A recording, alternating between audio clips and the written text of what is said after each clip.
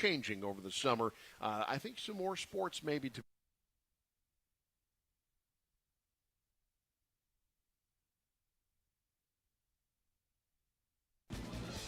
This is a special presentation from News Channel Nebraska.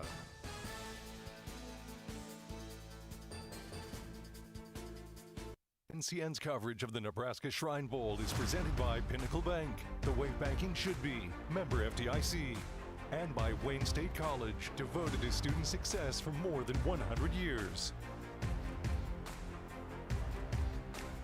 Welcome to Ron and Carol Cope Stadium, a sunny, shiny day in Kearney, Nebraska, a perfect day for the 68th annual Nebraska Shrine Bowl here on News Channel Nebraska. Brandon Axemet, Kurt Frenzen, and Dave Greig with you for all of the action this afternoon, where we will see, Kurt, some of the best players in the state of Nebraska, the highest character individuals, all laying it on the line here for one final high school football game.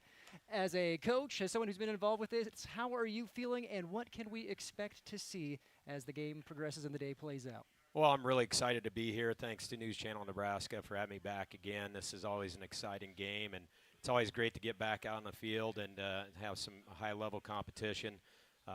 We have a great roster on the north. We have a great roster on the south. And I was telling you pre-broadcast, Brandon, this is maybe as close to talent level on each roster as I've seen in a long time. I could see this being a very close game. Depending on turnovers and whatever else happens, if they play pretty clean games, I think this could come right down to the wire. As far as the roster stars, I guess, if you like quarterback play, I think the Shrine Bowl 2026 is going to provide some really great opportunities for you to see some high-level quarterback play from both sides. Of course, this game is put on for more than just the game itself, but to raise money for the Shriners and Shriner International as well. And there are events happening all week long to get this whole thing going. And so for more on that, we go down to the third member of our broadcast team, Dave Greig.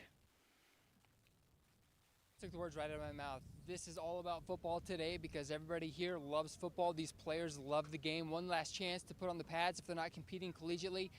Great connections, great relationships made throughout the week. But of course, this is just a small piece of the puzzle when it comes to the greater mission for the Nebraska Shriners. NCN's Peter Rice reports. Please remain standing as Larry players for one final high school game at Cope Stadium in Kearney. The event also serves as a fundraiser for Shriners Hospital for Kids, which provides special care for children regardless of a family's ability to pay. Players met with former and current patients and took part in activities designed to help them better understand the challenges many children overcome. I thought it was really cool because not everyone is born the same way. A lot of people have more obstacles they have to get through their life. So hearing their story and what they've been able to do, it's been really cool because they've turned their experience into something positive and great. And they're having a big impact on the world. Players from across Nebraska say hearing those stories helped put the game into perspective. Several told NCN they knew the Shrine Bowl was about more than just football, but they didn't fully understand its impact until meeting with patients face to face. I've heard before that the Shrine Bowl is more than a game, but I didn't really understand until today. A lot of the Shrine patients shared their stories, and it was really inspirational and kind of made me reflect on my life and be grateful for the things that others may not be gifted with. Peter, thanks. It is a great day for football here in beautiful Kearney, Nebraska at Foster. Up next on News Channel Nebraska, we're going to meet the north side. Lord, we pray. NCN Sports is brought to you by the J Sports Bar and Grill. Nothing but good times at the J, located in Albion. Farmers Union Co-op Supply of Clarkson, Howells, and Stanton. And by Beatrice Public Schools. My name is Langston Christensen. I'm from Hardington, Nebraska. My faith has really let me open opportunities for myself just because I put my trust in God's plan. And that has really allowed me to free myself of anxieties and fears and stage fright and sort of let go of my ego and what people are going to think about me and let God. Visit with your local priest or pastor. A simple conversation can be the first step to discover the peace that comes from faith. There's a new tomorrow on the other side of the horizon. There are houses to make into homes, businesses to be built, and friendships to enjoy.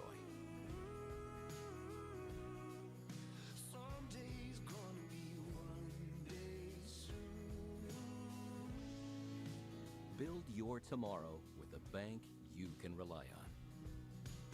Pinnacle Bank, the way banking should be. NCN Sports is brought to you by 59 Properties, building Sydney's future one property at a time. Online at 59properties.com. And by Burr Farms Machinery in Dunbar, Nebraska. Visit burrfarms.com for machinery sales, service, and rentals. Your future is a success story waiting to be written. You need a college that can keep up, and that's in step with your goals. Northeast has it all, like cutting-edge classrooms, an amazing campus, a full college experience at an unbeatable value, and support to put your high-paying career on the fast track. Here, the sky has no limit. So come explore one of America's top-rated community colleges. Onward, upward, Northeast. Kearney, Nebraska is the getaway you never knew you needed. With comfortable, premium lodging, eclectic shopping, and a variety of locally owned craft food and drink options, Kearney has something for everyone. By day, you'll find rich history, outdoor adventure, and some of America's most unique attractions. And by night, our many entertainment options, dazzling performances, and unique hangouts offer the perfect way to unwind. Visit Kearney. It's so much more than just in the middle.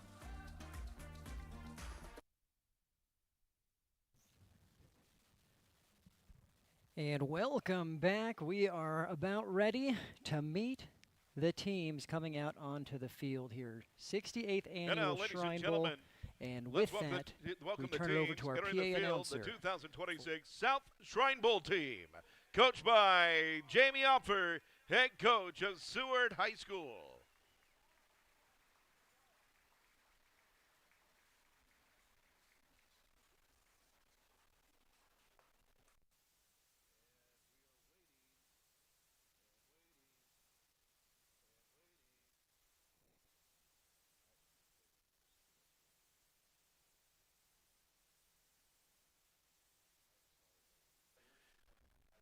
Number 1 from Norris, Marcus Nelson. Number 3 from Ashland Greenwood, Derek Tonjes. Number 5 from Gretna, Michael Christensen. Number 7 from Seward, Sam Sagehorn. Number 9 from Seward, Jack Van Alec. Number 11 from Omaha Skutt Catholic, Nate Christensen. Number 13 from York, Emmett Dirks. Number 15 from Gretna, Bryce Lakers. Number 17 from Donovan Trumbull, Jack Poppy. Number 19 from Adam Central, Nick Mussel. Number 23 from Hershey, Rody Hill. Number 25 from Ashland Greenwood, Cal Kissinger. Number 29 from Dundee County Stratton, Ethan Lotta. Number 31 from McCook, Oliver Corbett. Number 33 from Syracuse, Maxwell Party. Number 35 from McCook, Tristan Campbell. Number 39 from Douglas County West, Nolan Asher. Number 41 from Superior, Kyler Boyles. Number 43 from Beatrice, Merrick Johnson. Number 45 from Aurora, Colin Stolpe. Number 47 from Papillion-LaVista South, Logan Arch. Number 51 from Kearney, Hayden Fuquay.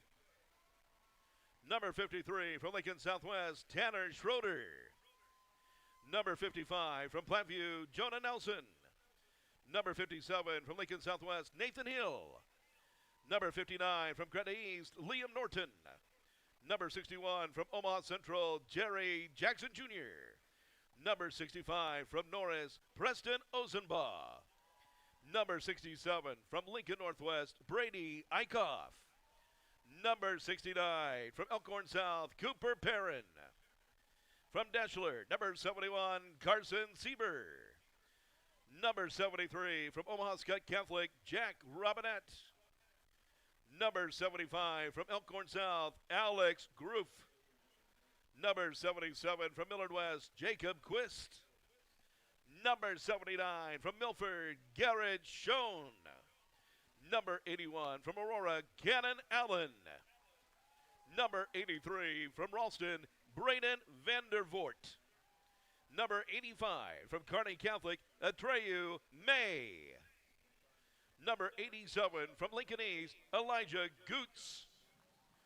Number 93 from Omaha Westside, Hudson Mead. Number 95 from Syracuse, Hunter Holly. Number 97 from Platteview, Ethan Nelson. And from Kearney, number 99, Zach Wolf. The assistant coaches for the South team are Aaron Tooman from Bellevue East, Josh Lewis of Adams Central, Jake McLean of Holdridge, Mitchell Shepard of Thayer Central, Wade Miller of Seward, and Brian Lauk of Lincoln Northwest High School.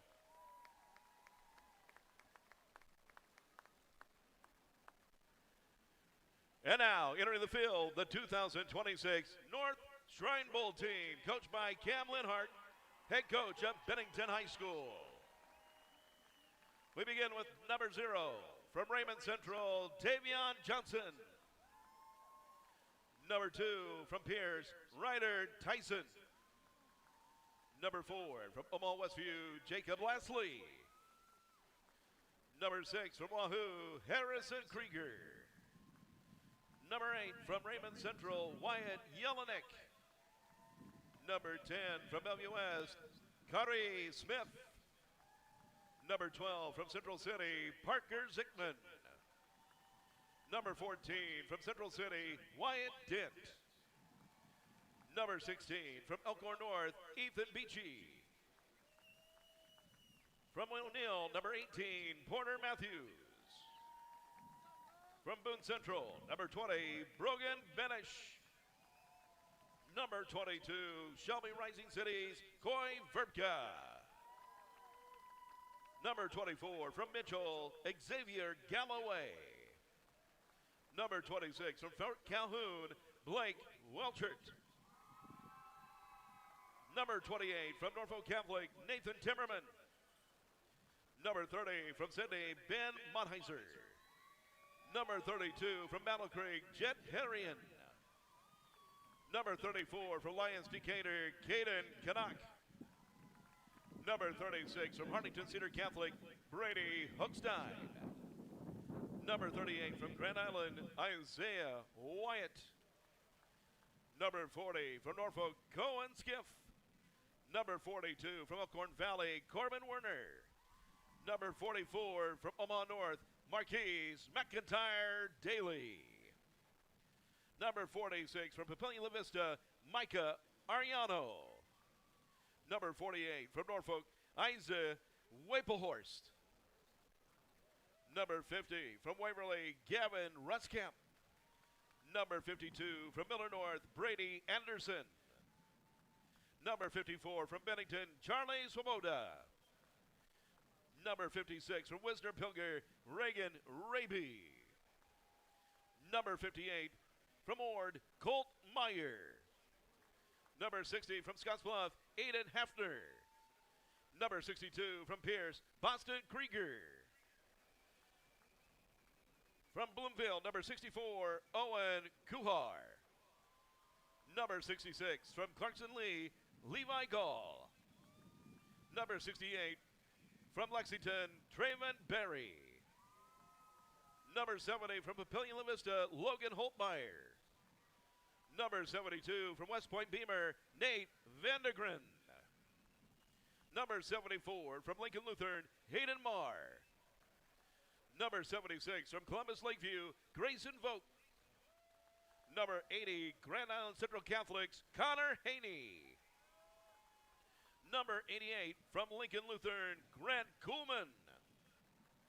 Number 90 from Grand Island Northwest, Dawson Johnson. Number 92 from Plainview, Haven Stewart. And from Skoda Central Catholic, number 98, Thomas Setchi.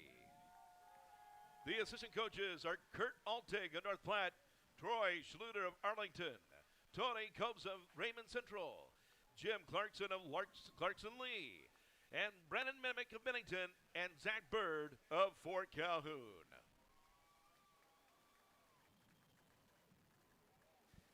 So there are your North and South teams. Full introductions as we near kickoff of the 68th Please Annual direct your Nebraska attention Shrine to the Bowl. center. Stay with us. Dave will talk to both Cam Lenhardt and Jamie Opfer, head coaches for the North and South teams, as we get closer to kick here on News Channel Nebraska.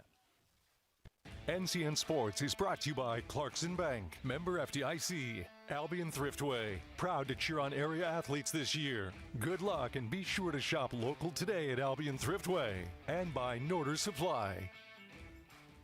Behind every switch you flip, innovation is at work. NPPD is using advanced technology to generate and deliver the reliable energy you have come to expect, like AI-driven platforms to optimize energy generation, drones for infrastructure inspection, advanced metering for faster outage detection, and helping advance carbon capture and sequestration technologies. It's not just electricity we are delivering, it's innovation, powering the state, empowering your life. Nebraska Public Power District. Head coach Jamie Opfer, working with the squad here. Give me 2 things that you learned this week, the most important thing that you learned and the most impactful thing. Most important thing is that we have amazing kids on this team that are disciplined, high character, high integrity. I mean, the type of kids that you want to raise as your own. Just amazed by the spirit and the enthusiasm and the love for one another that this group has. And then what was the second one? The most impactful thing you learned this week. What Shrine's all about. I knew what was, I've been here in 2019, but just the impact that the Shriners Hospital and Shriner organization has on individuals and how impactful that is to me as someone that hasn't had to deal with difficult life circumstances, just watching how you talk about wiping away the tears from those that can't wipe away the tears for themselves. So. And as far as football goes today, what should we expect to see on offense and defense from your team? Yeah, a lot of hard hitting, a battle. You know what I mean? We got the heat out here, got a beautiful stadium, beautiful atmosphere. So just ready for a hard hitting battle. Obviously, making sure we control our controllables, making sure we keep our head and our heart in line and in check. And it's going to be a battle, 4 quarters. Hey, Coach Jamie Opfer, best of luck to you today. We got a lot more coming to you from Cope Stadium on News Channel Nebraska. At Nebraska Orthopedic Center, they provide comprehensive orthopedic health care. Their physicians are highly skilled in all areas of orthopedic and sports medicine, including spine surgery, foot and ankle, hand and upper extremities, fracture care, and total joint replacement. Their expertise includes the medical management of injuries through physical and rehabilitative methods or surgical intervention. To schedule an appointment or to learn more about Nebraska Orthopedic Center and their family of 25 physicians, go online to nebraskaortho.com. That's nebraskaortho.com. Nebraska Orthopedic Center is your healing destination. Just a few minutes until kickoff here for the 68th Annual Nebraska Shrine Bowl. North head coach Cam Lenhardt joins us. Cam, give me 2 things you learned this week. 1, the most important, and 2, the most impactful. Oh boy, I think they both are kind of the same. We have great young men here. They were raised the right way from their parents, and just it showed throughout the week how we started from not really knowing each other to I think these guys are really going to leave with great relationships. So. You've done this week before. What does it mean to you to be a part of this again? I think it's just a different mindset being in the head position, but just also being a father now, knowing what the Shriners stand for, it hits a lot different, but it's been a great week. Let's get into football a little bit here. X's and O's, what should we expect to see on offense and defense from your squad? Offensively, I think you're just going to see our speed really show. We got fast kids everywhere, and so anytime we can, we're going to give them a chance in space and just let them see what they can do. And defensively, kind of the same thing with the rules. They can't do much, so they're just going to fly around. Cam, best of luck to you guys today and your squad. We'll be back with the South head coach right after this. NCN Sports is brought to you by Countryside Bank in Unadilla, Syracuse, and Burr. Cunningham's Fire Modern Grill. Join us daily for lunch and dinner at Fire Modern Grill. And by Cooperative Producers, Inc., making local matter. From the heart of Nebraska to across the state, RMV Construction is building more than just structures. We're building trust. RMV Construction has grown from humble beginnings to become a trusted name across central Nebraska and beyond. With unmatched craftsmanship, cutting-edge innovation, and an unwavering commitment to customer satisfaction, we deliver projects on time, on budget, and above expectations. Trusted, local, proven. RMV Construction in Kearney and Lincoln. Let's build your vision together. Welcome back to Ron and Carol Cope Stadium. Handshakes at midfield determining who gets the ball first as we are nearing kickoff. Thank you to Dave for talking to both head coaches prior to. Kurt, as a former coach in this game yourself, how do you approach something like this? You have a week to learn everybody, install something, and then prepare to play a game while all these other things are happening throughout. Well, I think the biggest thing is just trying to convey to your team, your respective team, how important their role is in this week. And, you know, you're going to get caught up in the emotions of the week, obviously, with all the Shriner activities and finding out what the Shrine Bowl is about. And trying to get those emotions channeled in a really positive direction, I think, is key. But I think the message that you convey to your team is that your role is to come out and make sure that you're doing everything you can to make this an entertaining game to the fans. Because ultimately what you want to do is make sure that you're keeping this game relevant and that fans want to come back and be a part of this, and at the top level talent in the state want to come and play in this game. And if you can do that and you accept that role and you really lean into that role, you know, good things are going to happen for us during the course of the day. And then in turn, obviously the Shriners kids are going to benefit from that. Majority of these players going to play football at the next level. Few FCS players on the roster, D2, D3, NAIA, and some even playing in other sports. But, I mean, the point is, if it's an all-star game, you're an athlete, you can play football, but the other thing that goes with the Shrine Bowl is you are an outstanding individual and an upstanding citizen that they're expecting a lot out of from you as you move on from your high school career and into adulthood. And this is, again, as we hit on, one final great opportunity for all of these players to play one last high school game, represent their town, their communities, and the Shriners, as the excitement of kickoff will have to wait a few more seconds. Well, you kind of talked about it a little bit, Brandon, just about the range of kids we have. We have kids that have Sunday aspirations. They feel like they have the talent level that can carry them and they can play on a roster in the NFL on Sunday. We have Grayson Vogt from Columbus Lakeview, had some opportunities to play in college, but chose to go and chase his passion, which is golf and the PGA. So exciting to have that range. So a short kick, and it's fielded by Smith. A chance to reverse the fields before he's taken down. So Kyrie Smith of Bell West, the first to touch the ball here in the 68th Annual Shrine Bowl. We will see the North offense first. Well, once again, one of those playmakers in purple for Coach Huffman's Bell West T-Birds. You know, I was in the pregame down there watching him return some kicks, and, you know, he's a kid that's got real fast twitch about him and really can make a play. If you get him in the open space, he can be very dangerous. And like several players in this game, he's at his new home. He'll be a Loper next year, so he's getting used to Ron and Carol Cope Stadium out here. As we see the offense for the North, first snap, quarterback Ethan Beachy of Elkhorn North. In the first group, we have play action going up top on the first play, and we have a whistle. Pass interference. He was looking for Tavian Johnson of Raymond Central. Well, Tavian Johnson did a great job not giving up on that play, and I think his effort was able to draw that penalty flag for the North team. You know, and coming out right away, Coach Bird's offense, pass interference big RPO on the defense, scheme. number 35, you know, 15 yards again, from the previous they're gonna have a spot. run option and a pass option off pretty much play every results play on the that first you down. have. Coach Bird, currently the head coach at Fort Calhoun, actually coached at Bennington before he went to Fort Calhoun. Is a well-respected offensive mind in all classes, to be honest with you, and Coach has done a great job really getting his group going in a great direction this week. First down and 10. Coach Lenhardt said, we got a lot of speed. We want to use it. We want to get our guys in space. One snap, you see the play action going for that seam. It yields a first down on the penalty. Ball at the 38. Beachy again, this time handing it off, trying to stretch to the outside. Not much there. That was Brogan Benish of Boone Central with the carry. Looks like no gain on the play, and we do have another flag. It might have been a horse collar. We'll see what, and that's athleticism of Brogan Benish, and I was really impressed. He's back to full speed. He had a really tough senior campaign where he got a little beat up during the season, and Boone Central really benefited from his talents until he got hurt, and then after his injury, obviously, when you take an all-state football player like that out of your lineup, or when he is in the lineup, maybe he's 100%, definitely doesn't help. And but he's definitely got some really good talent. Just getting another look at it there, and the face mask was the call. Ball at the South 47-yard line. Not the start you want if you're the South. 2 plays, 2 penalties, and the North are across midfield.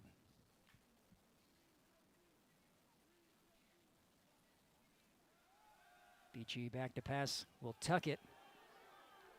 And showing some elusiveness in midfield. Ethan Picks Beachy, up the a ball first carrier. down, gain of about 12. Well, Beachy Tackle has on that play dual by threat Zach ability Wolf. about him, and he will not hesitate to pull the ball down and run. Grayson Vogt on the edge over there did a great Gain job of of 11 on running the his play. Good for a defense first went down for the upfield. North.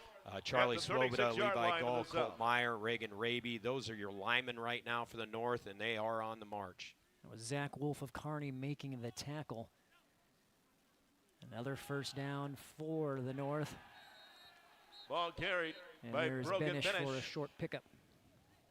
And you're going to start to see that Tackled by Zach RPO Wolf. system that Coach Bird has in And play. They're going Tyler to start Boyles. reading that defensive end.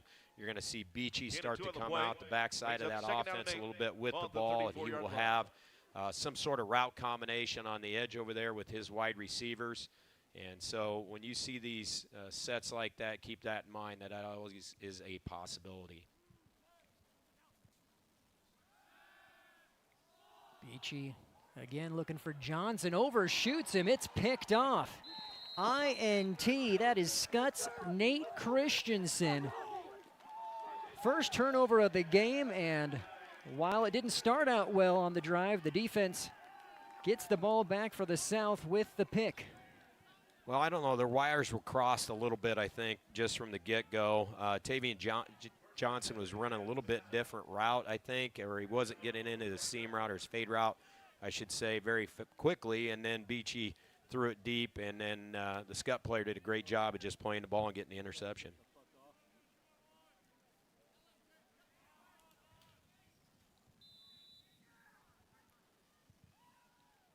So a minute and a half in.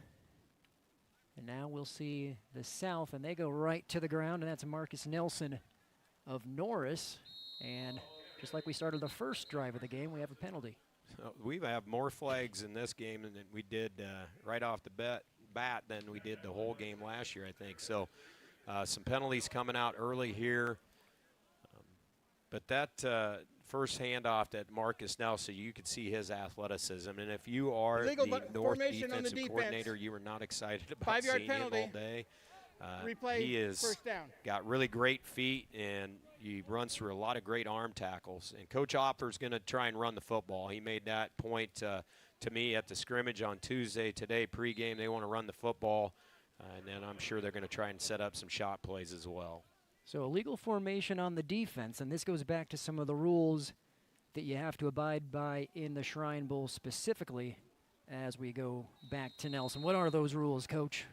Well, they got to stay in the 4-3 defense for the North team. That is one thing that they're going to want to try and police as the reffing crew. And you can't roll down safeties or linebackers into the box, so it's going to be important for them to know that as they get closer to the goal line. Obviously, that'll change up a little bit.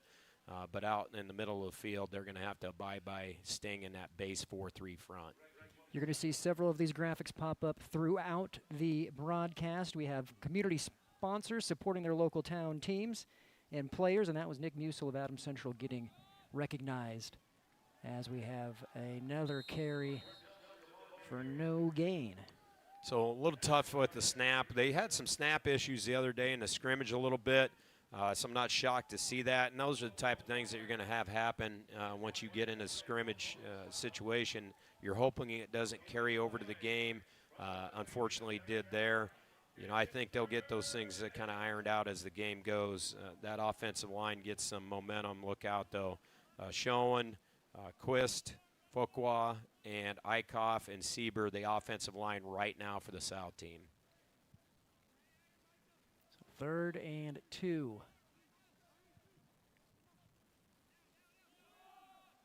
That's a pitch to Nelson. They're riding him, and it's going to be close. We're getting a steady diet of Marcus Nelson, and rightly so. He's a very good football player, and as you see that on the replay, when he gets that ball, he's got that shoulder pad lean about him a little bit. You're going to see him fall forward a lot more than he's going to fall back, just the way he carries the ball and what he can do with those run plays is going to be big, and they're going to sub him out right now after giving him a steady diet. He needs a little bit of a breather. Picked up the first, though. He'll be continuing his football career at Morningside. There's a low snap. And getting the throw away, it's caught. Nice work there. Reception by Jack Vinalik of Seward. So Knutson does a great job of gathering the snap, and then a nice catch over there by Velanek from Seward. I thought, that was a tough catch, working back towards the sideline a little bit. Was able to get his arms underneath it and set up a second and medium. Jet Harrion of Alliance being recognized by DWI, as that was a 6-yard pickup. Making it 2nd and 4. Knutson on the play action has his receiver in the flat, just overshoots him. He was trying to find, I believe, Cal Kissinger. So that was a little bit of an RPO look. I don't know if it was pre-snap determined or if it was post-snap read, but regardless, they're going to have a little bit of a run look into the line. It looks like it was an RPO off the counter, reading the defensive end. He had some space out there. He could deliver that in stride. That definitely would have picked up the first down. But here they come back out for a 3rd and medium play.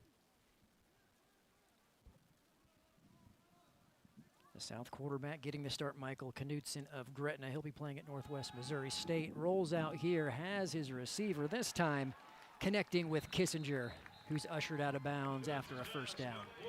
So Knutson does a great job getting the ball on the edge here, and they flood the zone. So the South team comes out, and they're going to run the fullback to the flat. They're going to run Cal Kissinger on what I would call the medium out route, 10-yard out, and then they had a deep route as well. So they flooded the zone on the sideline, and Cal Kissinger is wide open. And trust me, I've seen Cal Kissinger film a great deal. Got to watch him in the scrimmage on Tuesday. He does not need much space to make plays. He had a bunch there and made a great play on the ball. Great football player, but he'll be playing basketball at the next level, going to Concordia. Knutson rolling out, has time, overshoots his target, and again, that was the Blue Jay Vinalik. Well, we talked about it in the pregame about high-level quarterback play, and Coach Opfer's coming out and letting Knutson sling it around a little bit. They have Knutson and Tonjes on the South team. You have Beachy and Zickman on the North team, so both sides of this roster are going to boast really good quarterbacks. Zickman and Tonjes are 2 of C1's finest quarterbacks over the last couple years, and then Beachy and Knutson in Class B have done a great job for their respective programs as well. 2nd and 10, first drive of the game for the South. We have a pitch to the running back who throws it up. What a throw, Brandon. It's Bryce Lakers, the catch. Did you catch who slung that? It was Marcus Nelson. So I asked Coach in the pregame, well, how many gadget plays you got? And he said, we've got 4, and we're going to use them. And they did not hesitate, Brandon. What fun football. They're coming out of the gate. Here it is. Knutson, the pitch to Nelson, and the rest is history. So you have Nelson getting a steady diet, right? So he's in the game. They're going to hand it off. They're going to pitch the ball to him. When he's in the game, you're thinking run the ball, right? We got to stop the run first. And Coach Opfer takes advantage of that, gets Nelson the ball on the edge over there, and he makes a great pass. And Lakers from Gretna, the benefactor of that pass, and a big-time touchdown for the South to get the scoring going in our Shrine Bowl.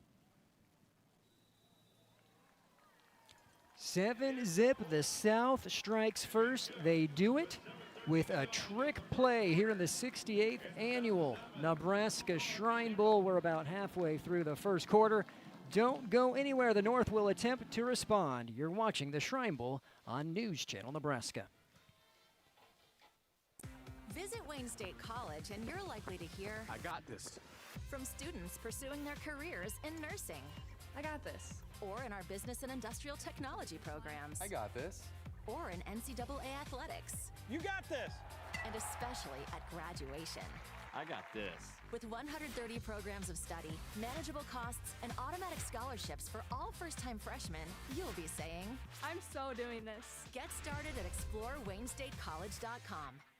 NCN Sports is brought to you by Douglas Bookkeeping Service, a full-service tax, accounting, and business consulting firm located in Grand Island, Nebraska. And by Bank of Hardington, where other banks have their branches, we have our roots. Member FDIC.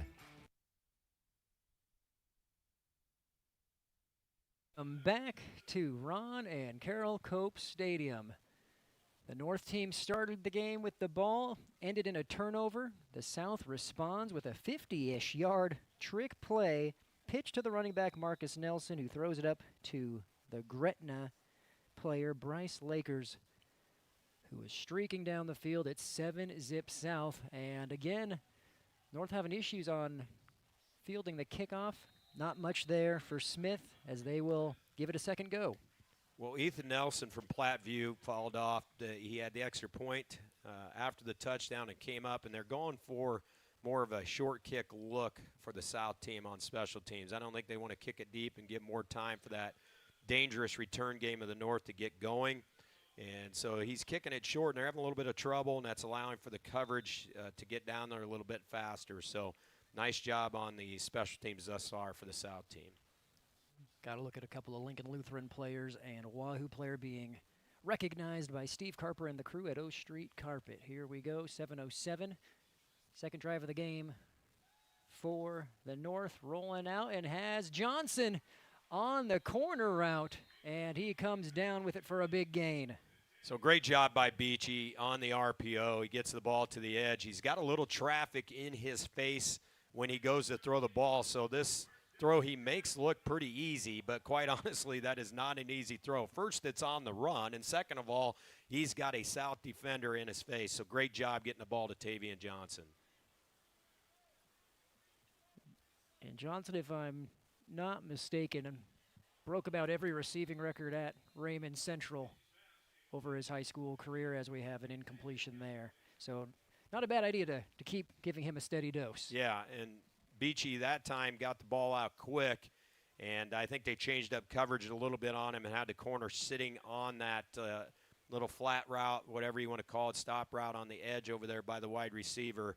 That ball was thrown a little bit lower. It would have been a pick six for the South. Second down and 10. Beachy will keep it. Picks up a few. Looks like he was met by Maxwell Party of Syracuse. So nice interior run by the quarterback, and if you can add that into the RPO, not have the quarterback always running on the edge, obviously that's a little bit difficult to defend. Lavander's Body Shop representing some of these Omaha area players. Beachy, the quarterback. Smith, we've already seen with a couple of returns. And Charlie Swoboda of Bennington helping pave the way on the line. Third down and 5.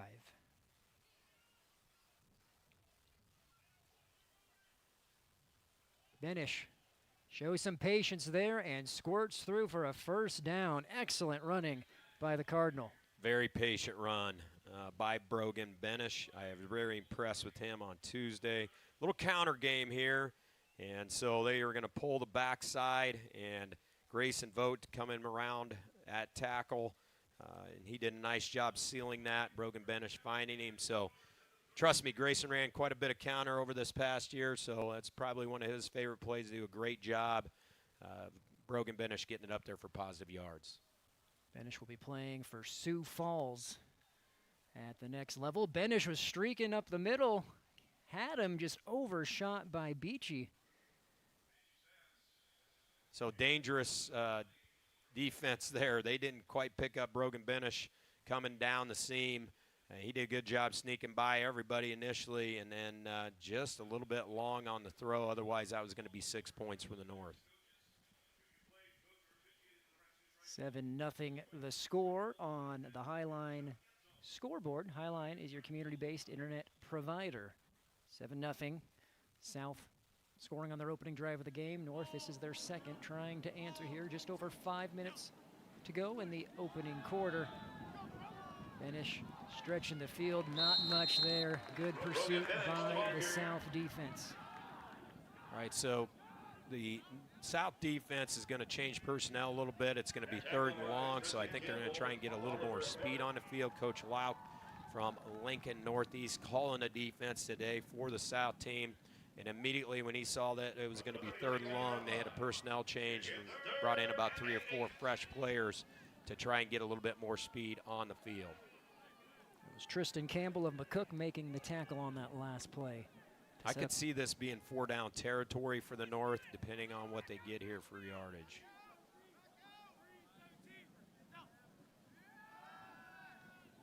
Beachy with time.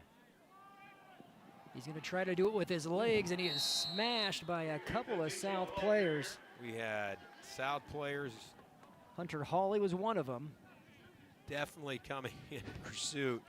And we had some personnel on the sideline get a heavy hit over there. I think it was one of our officials trying to help out with the special game rules. Regardless, it is going to bring up 4th and about 3. Eric Johnson of Beatrice High being recognized by Beatrice Public Schools. As we have a 4th down and 3, and Coach, you were right. Appears 2 down territory for the North. They're going for it. May try to get the hard count, and there's the snap option. Beachy cuts it up. Looks to have got it. So Coach Bird from Fort Calhoun has kind of given Beachy the opportunity to check at the line a little bit, and it appeared that he might have checked to that play, liked his numbers, and liked the sprint option possibility. Sprint option, a great call on 4th and short, and he really took advantage of the numbers on that side and got a 2-on-1 there, and they were able to get the first. Looks like Beachy getting a well-deserved rest, and so that brings in Parker Zickmund of Central City to take his first snap at quarterback. Now Zickman's going to be a little bit more pocket, but boy, he can throw the rock. Well, right on cue. First play, throws it, gets the completion, but there is laundry on the field. Will it stand? I don't know, we got both sides. We got an offensive lineman pleading his case. It looked like we had a defensive lineman pleading his case. It'll be interesting to see who this is on over here. Catch was made by Corbin Warner of Elkhorn Valley. Oh, he had him. Holden on the offense, number 56. 10 yards, previous spot, replay, first down. So it's the offense called for the hold. It was Reagan Raby got the call. I don't know about that. I'm an offensive line coach, so I'm going to say that was clean all the way, but I'm sure there's defensive line people out there say that was a hold or a tackle. I just think he was being physical. So Reagan Raby, I'm sorry, you got called for that. They probably could have let, especially in an all-star game, Brandon, we got to let those plays go a little bit. So what you're saying is don't change a thing, right? Don't change a thing. If I was coaching that kid, I would tell him don't change a thing. 1st and 20, and Beachy back in. This one incomplete. So again, not on the same page. We had Tavian Johnson from Raymond Central. He was running a go route that time, and it seemed like we were getting a hitch route thrown by Beachy. So not on the same page. Going to bring up 2nd and 20 now, and we'll see if they can get at least half this back. And that's what you're trying to do in this scenario. If you are the North coaching staff, you're just thinking, I got to get to 3rd and 10, and then hopefully 4th and medium, 4th and short, or put yourself in a position for maybe a field goal attempt.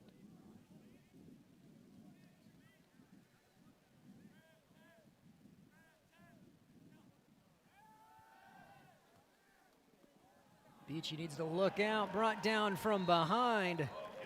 That was Elijah Guts with the sack of Lincoln East, bringing him down. Well, I'll tell you what, Grayson Vogt has seen some really good talent to go against, but he has had his hands full with Elijah Guts from Lincoln East to start this game. Grayson is one of the better linemen I've coached at Lakeview, and right there just shows you the speed and determination that Guts is going to bring towards him all day. So it's one of those games you better be ready to go. That quarterback is definitely depending on you to get that done, but great job by that defensive line for the South. Guts going to Colorado School of Mines as we now have a 3rd and 22 and pre-snap whistle.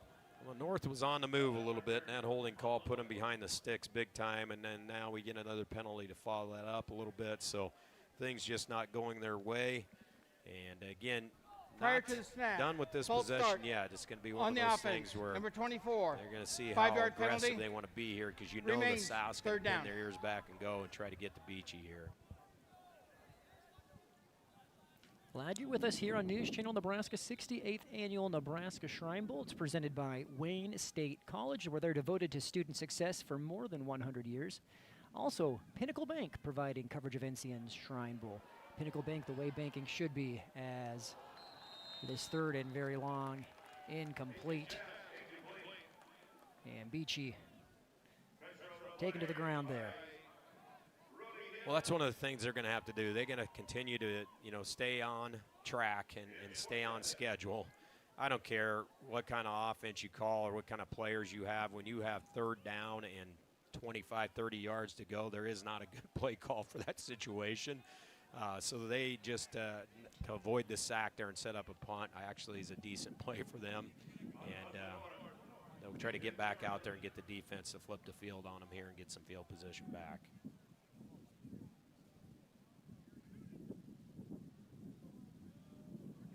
Low punt. Fair Great catch job. made right around the 12. That was a great job fielding the ball there. That was kind of a wonky punt coming out. I can't catch the player that. Canon Allen. Yeah, Canon Allen from Aurora. So got to see him up close and personal this past year as we saw Aurora in the quarterfinals. He was one of the better football players in our class this year and very talented basketball player as well. And so just a good all-around athlete for the Aurora Huskies. And I could see him making some plays in today's game. Over 2,300 receiving yards, 35 touchdowns in a career. It's a pretty special stat bad. line, to Not say bad. the least, Brandon. So the South, they take over on their own 13. Scored on a trick play, their opening drive of the game. Go to the ground here on first down. Not much there. When I thought the North defense did a really nice job, honestly, on that first drive. There was a couple plays that got away from them a little bit. They had the flood route by the South, some good runs, and then the gadget play obviously took up the bulk of that last drive. So they don't need to push the panic button. They just need to keep playing hard and try to get a stop here and get the ball back for their offense. Bank of Hardington recognizing Owen Kuchar of Bloomfield. There's a better run right up the middle on second down. It's Merrick Johnson of Beatrice High. The left side of the line for the South team just caved in the North defensive line. Number 79, Garrett Schoen from Milford. Man, he just buried that side of the line. So great job by him, really getting down low. He had some assistance by one of the flex backs, I like to call it, the tight end that kind of comes in and helps block, but great job by him. You have Nelson, Gruff currently on the line, O-line for the South, paving the way as well as a part of this. That's the great thing as a coach, too. You have these groups. You technically have starters, but it's take out one group of starters to put in another group. And from your perspective, how did you manage the personnel of the All-Star game and getting the players in when and how they needed to be in? Well, we tried to do as much as we could in the first half, and in the second half, regardless whether that was a guy that was perceived as a second teamer, when he started the game, we were going to put our best 11 on the field. So kind of had some things, dictate that in the first half to see what the playing time looked like in the second half. Getting a look at a couple of Waverly representatives. Again, Steve Carper of O Street Carpet supporting the Lincoln area players here in the Shrine Bowl. All right, so one of the big gains right on that first scoring drive that the South had was that flood route. And now the South has come back and ran back-to-back floods or variations of the flood concept.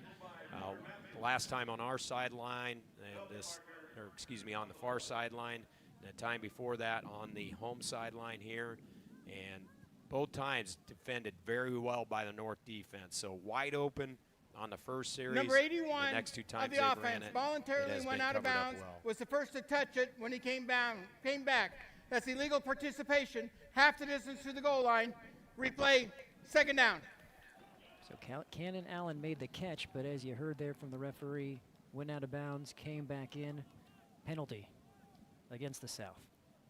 And you expect some of those type of things. Again, it's been a minute since everybody's played football, and so there'll be some tough times as far as the game flow goes. I think once you get through the first quarter, in the middle of that second quarter, those things will go away a little bit. Hopefully the game will start to speed up. 2nd and 23. Knudsen hands it off. There is Johnson. Gets back most of those yards. Well, that's about as good a play call as you're going to have. A nice run up the middle And I was really impressed with him in the scrimmage the other day. I thought he did a great job running behind his shoulder pads. Blake Welkert, Brady Andersen, Marquise McIntyre-Dailey, all being recognized by Lavander's Body Shop, supporting the Omaha area players here in the Shrine Bowl. Merrick Johnson from Beatrice, he's one of those old school type football players, state champion wrestler, just a tough all-around kid. Crossing route, time for the South, and perfectly executed. Jack Vinalik comes down with it, and that will move the chains. Well, you want to talk about a kid that looks like a football player, as that Jack Vinalik of Seward. He is a good-looking kid. When he was in the scrimmage the other day, he really stood out, just his physical play, his ability to put himself in a good position with his football IQ. They ran a little wheel action there off that post route, and they had him kind of flash into the flat a little bit and then turn up the sideline. It wasn't a huge window to throw into, but a big enough window for Knutson to take advantage of and get a big first down. And he will be going to North Dakota playing football next year. As not much on the ground here on first, maybe a pickup of 1 for Johnson. So good, tough run again. I know it's only a yard, but there wasn't much going there. And his ability, again, just to fall forward and get something positive out of it is something you can take away and build on as you move into the second quarter here. Well, that's 1 quarter in the books here in the 68th Annual Nebraska Shrine Bowl. It's the South team that leads 7-0. At the first quarter break, we had a turnover, INT by Nate Christensen, and a trick play. How about a running back throwing to a receiver to get the scoring started? That's Bryce Lakers as South leads 7-0. I'm Zada Murphy. I'm from Spalding, Nebraska. God is always there for you no matter what. When I was about 5 years old, I fell down the stairs and I broke my arm. I've broke my arm 9 times since then, and I feel like God has really helped me get through that. And I just had a total reconstructive elbow transplant from a donor, and God had a perfect match for me. It's just something I'm really grateful for. Visit with your local priest or pastor. A simple conversation can be the first step to discover the peace that comes from faith. Darling, I believe everything's gonna be alright. No need to worry, cause you got somebody on your side. We all need a fam, we all need a crew. When you're in a jam, don't know what to do, just reach out your hand and we'll see you through. Doesn't matter where you're at, we got your back. We got your back. With a Medica health plan, you're not just covered, you're cared for. It is hot here in Kearney, Nebraska, so we're going to just take it easy for a little bit. This is the Gunderson family. Tyler and Mason, they are recipients of through the Nebraska Shriners Hospital. Tyler, give me a little bit of a background of your story and Mason's story. Well, Mason was diagnosed with neurofibromatosis, cerebroarthritic tumor, and when basically he was 2 weeks old, he just got hooked up with Shriners, and we've just been with them ever since, and it's been very amazing. What has this week been like for you and for Mason specifically? It's been amazing. The field day was great. All the players were great with Mason, even on the North team, but it's just been a great bonding experience, even with the players for Mason and just for everybody. It's been great. Mason, the South team is up at 7-0. You are one of the captains for the South team. Are you the good luck charm for them right now? Yes. What have you seen so far from this football team that you've enjoyed? I don't know. You don't know. Well, that's okay. You don't have to know all the answers. Let me ask you this. What has this week meant to you?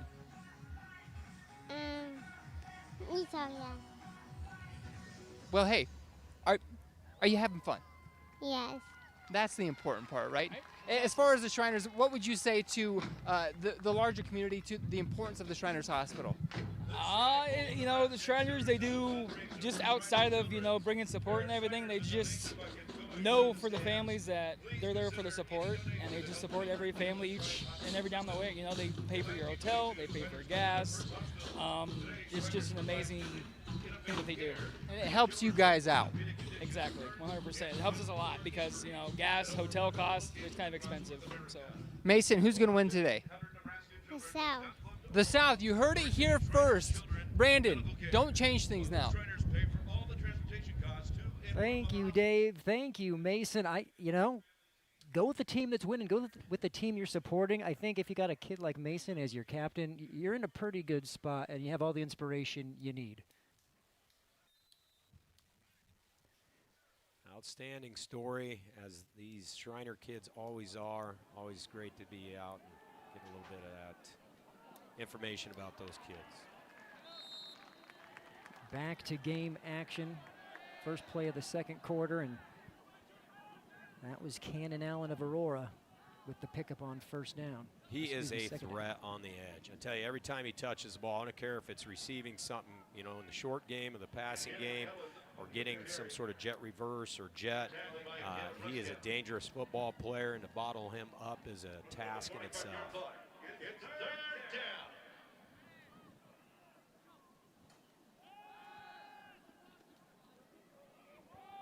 Third and 1, and we're going deep. And it pops out. That was Allen. Well, he was running free. He was 5 yards, 6 yards behind anybody else. Knutz just could not get the ball out in time. And then Allen made a great attempt to come back for the football. He was in full stride when he broke his route off and tried to come back to catch that. So hats off for that effort that he just put out there.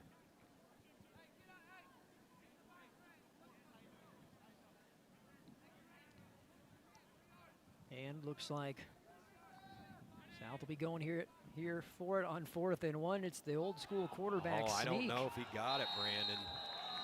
The North says you shouldn't have done that. By this spot on this sideline, I don't think he has it. You have a very excited Grant Kuhlman of Lincoln Lutheran who is in on the stuff as the South stops short. Turnover on downs. Here's another look.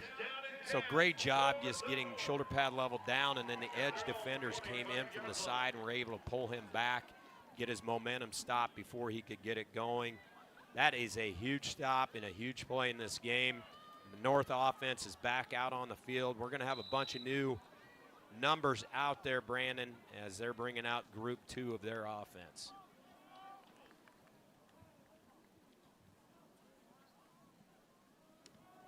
And nothing doing. The South defense all over that one. It's a little exchange issue, it looked like, between Zickman and Timmerman from Norfolk Catholic. The mesh wasn't very clean, and they weren't able to get very positive yardage out there. But again, this is the first snaps that these guys have really had out there today. See more Lincoln players, Brady Eichhoff, Nathan Hill, Tanner Schroeder, all being recognized by O Street Carpet, as that was a 2-yard loss on the run by Timmerman.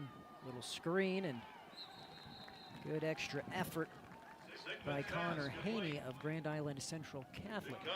So Thomas Secchi is a fullback, tailback, whatever you want to call it, and during the season they have him out there as a slot receiver this week. Thomas Secchi from Columbus SCOTUS. So a little bit out of position, but he didn't look out of position on that play. Did a great job blocking on the edge, and it was a big reason why that play was successful over there. Big third down for the North offense.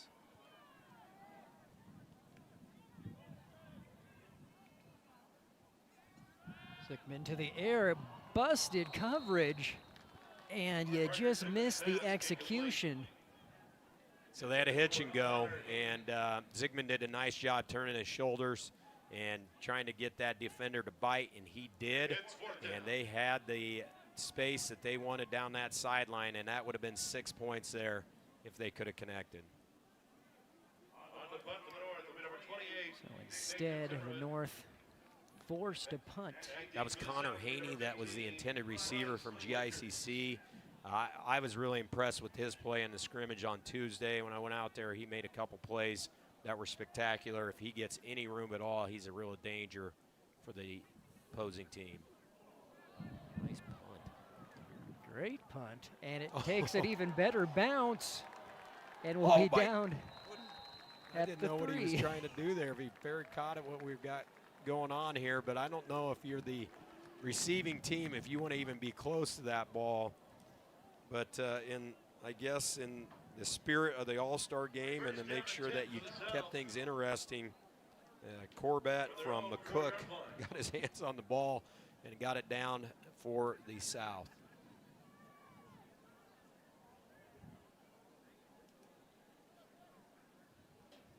So you're pinned back at your own 4-yard line. 96 to go here for the South. It's Derek Tonjes of Ashland Greenwood now in at quarterback. Hands this off to Nelson for a couple. So Harrison Krieger from Wahoo is one of the better football players in this game. You know, I think he's one of those guys that you just keep a eye on. He's one of those defenders that really going to stand out. Wahoo has been an outstanding football program, but the last 3 years the run they've had has been amazing. He's been a big part of that. We'll be playing at Augustana next year. You see Jack Poppy being recognized by Cooperative Producers Inc., excuse me, as we have an incomplete pass, which will set up 3rd down and 7.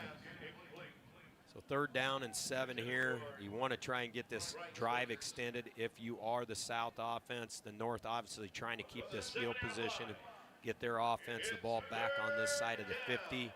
You know, how aggressive do you want to be down here? Well, in the All-Star game, you're probably going to be a little more aggressive than maybe some games. You do have some really good talent on the field if you are the South. Getting Tonjes on the edge in some way, shape, or form I think would be beneficial, some sort of roll out of boot action and give him that two-way go, whether he wants to throw the ball or run the ball. 7-0 your score on the Northeast Community College scoreboard. Allen in motion. Handoff back to Nelson. That's not a bad play call either. Anytime Nelson's getting his hands on the ball, you got a chance for good things to happen. Marcus Nelson has been a real threat for that South team, and that's going to bring up 4th and short for the South. It's Nelson's 6th carry of the afternoon. 17 yards on those 6 carries. South will be forced to punt. On the punt for the South will be number 9, Jack Benalik. Back deep for the North, number 26, Blake Welchert.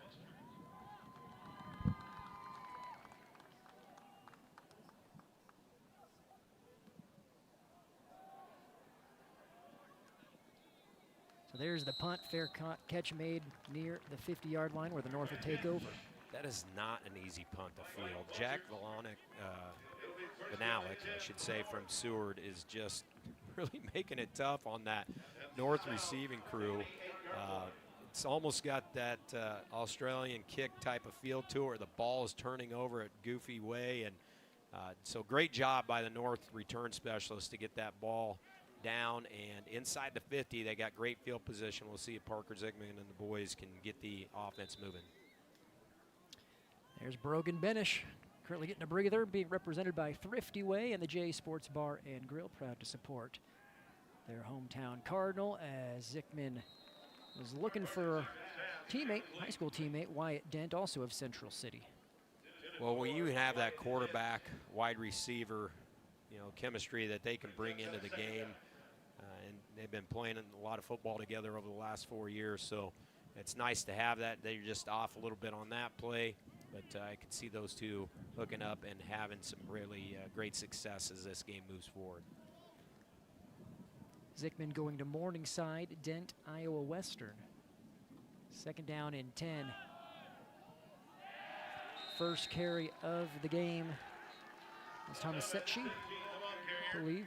Yeah, Thomas Secchi from SCOTUS, Central Catholic. Really have had an opportunity to see Thomas grow into an outstanding running back and football player over the last few years. SCOTUS is obviously a team we see at all levels, junior high, reserve, JV, varsity football, and he's really grown as a football player. Really started to stand out his junior year, and then by his senior year this year, I thought he was one of the better football players, better running backs in our class, to be honest with you. 3rd down and 11, 4 wide for the North.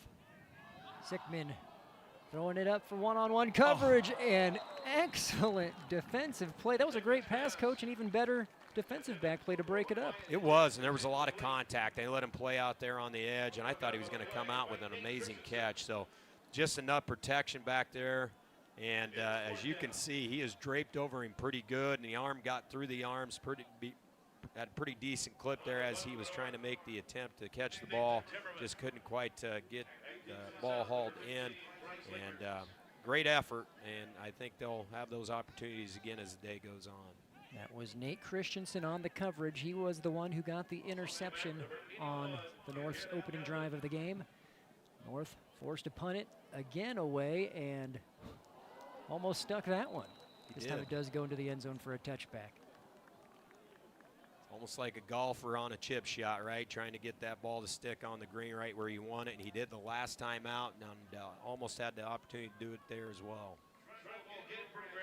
I believe that's Benish doing the punting duties as well for the North, it appears. So it's either him or Timmerman. Either way, sign one of them up to be a punter on scholarship. As we are getting a look at a couple of Omaha area players, Jacob Lasley, Micah Arellano, and Logan Holtmeyer, all being proudly supported by Lavander's Body Shop. South team starts on their own, 27:45 remaining in the half. And yet a nice rollout. Allen with the catch from Tonjes.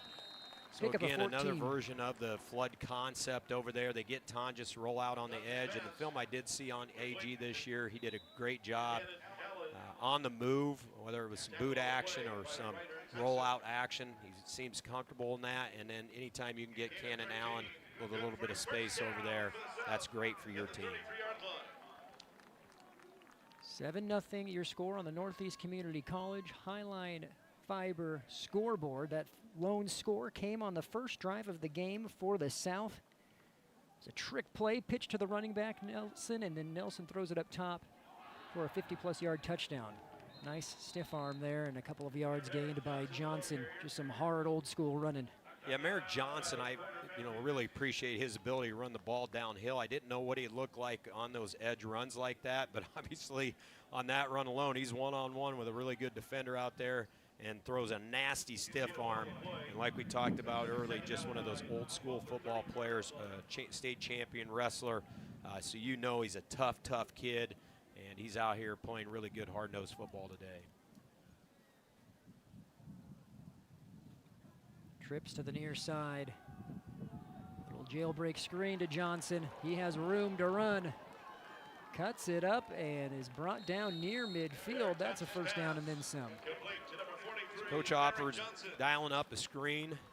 Does a nice job at executing that. You know, sometimes your timing's off in these all-star games and screen plays are big timing type plays. So your ability to execute a play that cleanly is really a hats off to their offense. Where they were at Tuesday and what they look like today is completely different.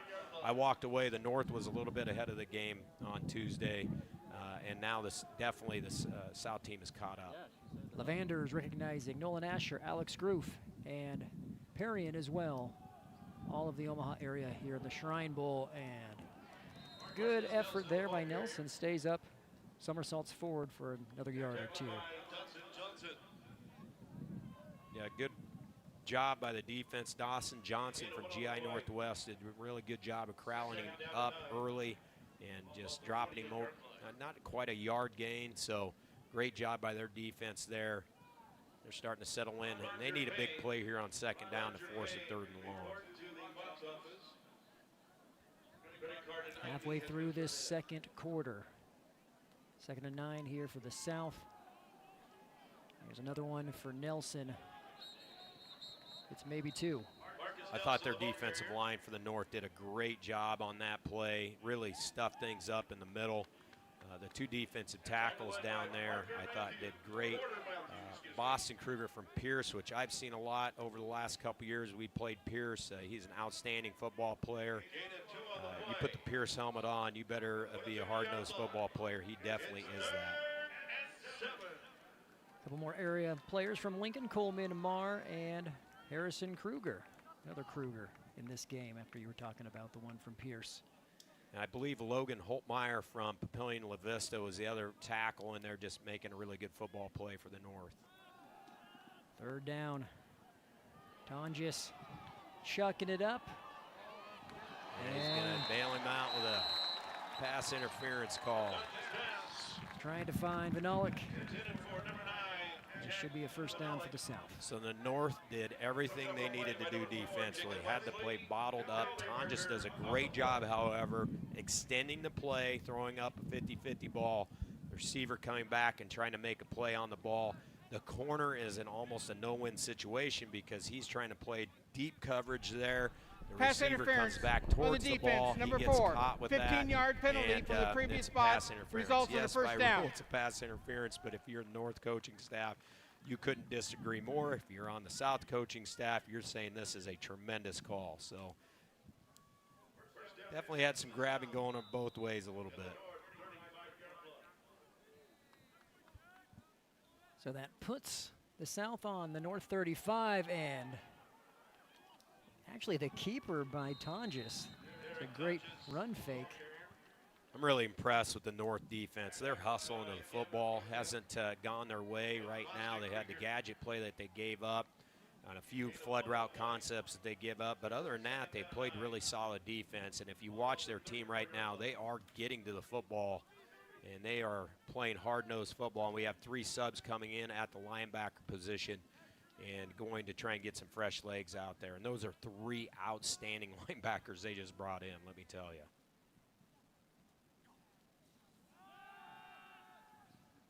Tonjes rolling, has his receiver wide open. Cannon Allen will go into the end zone untouched from 34 yards out. The South adds to its lead. So defense struggling a little bit, covering that route up, and I believe if we look at it again, they're going to have 3 different routes going out there. They got Allen broke off his route, so it looked like he ran more of a post corner, and he broke open. And great job by Derek Tonjes finding him wide open out there and completing a pass. And all of a sudden, it is going to be 2 scores ahead for the South.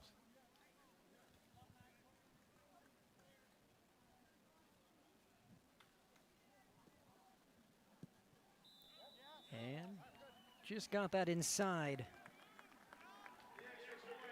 the goalpost. So 14-0 your score. The South doubles its lead.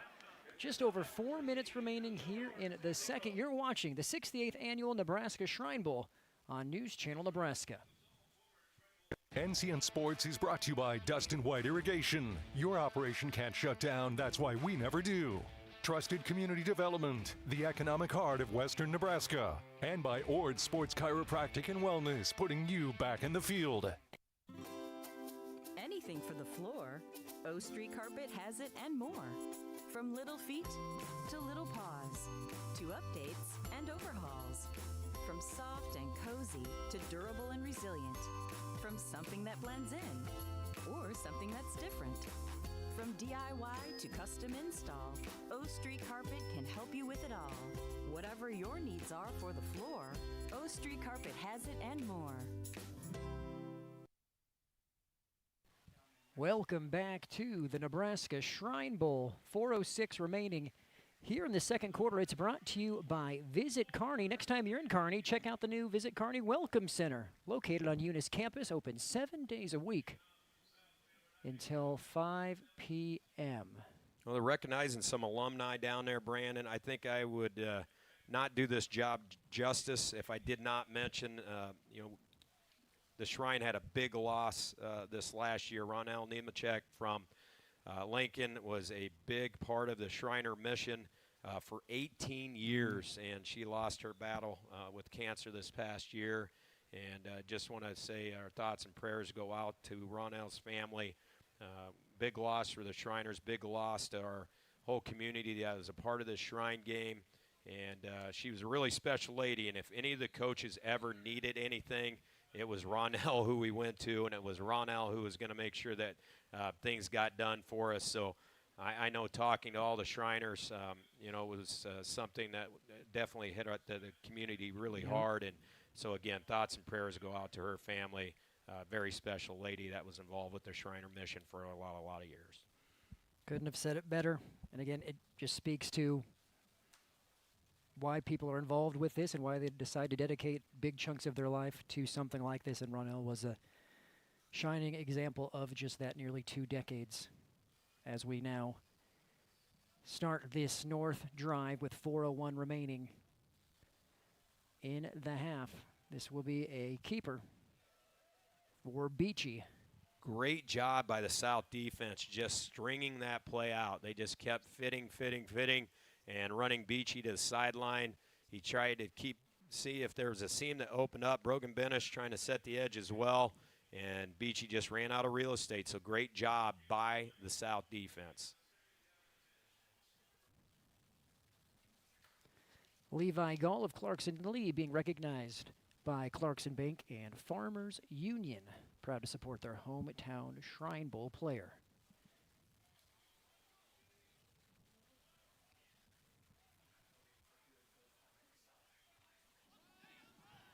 Take the first handoff, then you have the pitch. And Timmerman gets some, but it didn't fool the defense too much. A little triple option out of the shotgun. Back in the day, it was split back veer under center. Well, that's kind of your version in this 2.0 era, I guess, of a split back veer. They're going to have a dive fake. He's going to read the defensive end, pull the ball, and then option. Probably could have carried his option out a little bit longer, but Beachy doing a nice job with that new wave option game as well, trying to find a seam here. So you're going to have a third down and about 8 or 9 to go.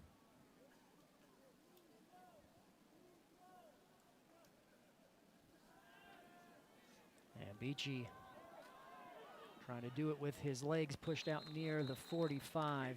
He'll be about 3, maybe 4 yards short of the first down marker. Well, that's one of those drives that the North team really needed to get going and get something positive rolling here, and the South defense just steps up and makes some outstanding plays, and they're going to force the punt from the North special teams here. Coaching legend Dick Libby from Columbus High checking in. Just wanted to say that he was watching a Shrine Bowl, and sounds great and looks great, and so I appreciate Coach Libby from Columbus checking in with all the fans that are out there watching. On that note, tweet at us at NCN Sports as we have a penalty here on 4th down. Do the exact same thing that Libby did. Let us know who you're cheering for, where you're watching from. Timeout. Interact with us on Foul. social First media. charge timeout of the Online half. specifically, if you're trying to watch, you can do it on our YouTube channel or on Facebook Live on NCN Sports. That is where we have the stream. Of course, if you're watching on TV, you already know how to do that. And we're glad you're here enjoying our coverage as we have a timeout. There are our social media handles: Facebook, X, Instagram, and YouTube. And if you're watching on TV, know that you can go back to our YouTube channel and rewatch this as many times as you want. Very good crowd on hand today, Brandon. This home sideline is almost completely full. As you look down there, there's obviously a good contingent of parents and family members, but I see a lot of heavy hitters as far as the coaching rates are concerned. So a lot of people out here watching some really good football right now. And right now, at least, the South team is in complete control of this game. And we'll see if the North comes out here and sticks with the offense out here and actually goes for it on 4th down. 3 minutes to go, 14-0 your score. Northeast Community College sponsoring our scoreboard, as well as Highline Fiber, your community-based internet provider.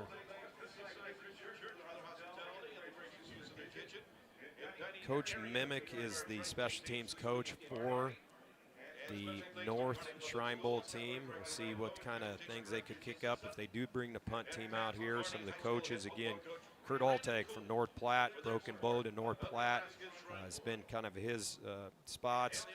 Another assistant coach for the North team, Troy Schluter from Arlington. He is head coach at West Point, Schuyler, now Arlington. And then Tony Kobza from Raymond Central. He's been at Southwest, been at Omaha Benson, Lincoln North Star, very well-respected coach from Raymond Central. Jim Clarkson from Clarkson, Nebraska, Montana native, been at Clarkson for his whole teaching career. Like we mentioned, Coach Mimick from Bennington, been at Millard North and then Bennington. Played for legend Fred Petito and also Bob DeZuris at Midland. And then we've mentioned Zach Bird a couple times from Fort Calhoun, head coach at Scribner, Roncalli, Bennington, and Fort Calhoun. And here we go on 4th down, Brandon. It's at Highline Co-op representing Rhodey Hill of Hershey as we have this 4th down for the North. Quick hitter. And breaking away is Benish. So what do? You get one of your best players on your team, Brogan Benish. You get him in the flat, you get him the ball as quick as you possibly can, and you try to let him make a play, and that's exactly what happens. Brogan Benish, like we talked about, was a little beat up this past season. One of the best football players, I would say, in C1, C2. A lot of people know about, but you're going to find out a lot about him today as well, too, if they continue to give him the ball. 12-yard pickup in the North. Desperately hoping they can put some points on the board before halftime. South will get the ball to start the third quarter. Play action here for Beachy, and the ball is out. He falls on it, and that was big Zach Wolf of Kearney gobbling him up. Well, that was a heck of a defensive play. Zach Wolf from Kearney just did a tremendous job getting off the block. Beachy trying to extend the play, backpedaled a little bit, and he just kept trying to extend it a little bit. But Wolf did a great job.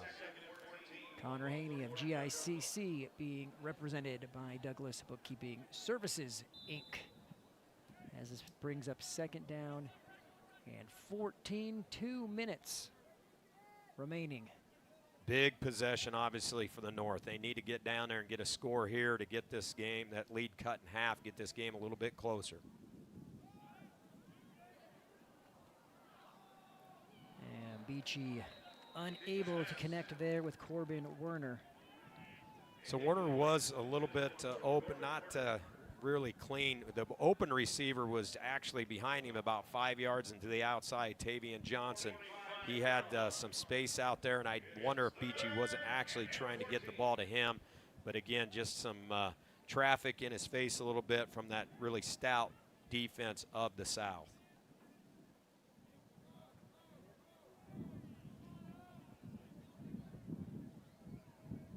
Third and long. Well, if you're the North team, you're thinking, again, we've got to get at least half of this back. I don't think you go shot play right here. We'll see what kind of play. They're going to call a timeout as the play clock was getting down there close, I'm sure, to delay. Timeout, North. Well, we'll take a quick timeout as well. Big third down coming up for the North. You're watching the Nebraska Shrine Bowl on News Channel Nebraska.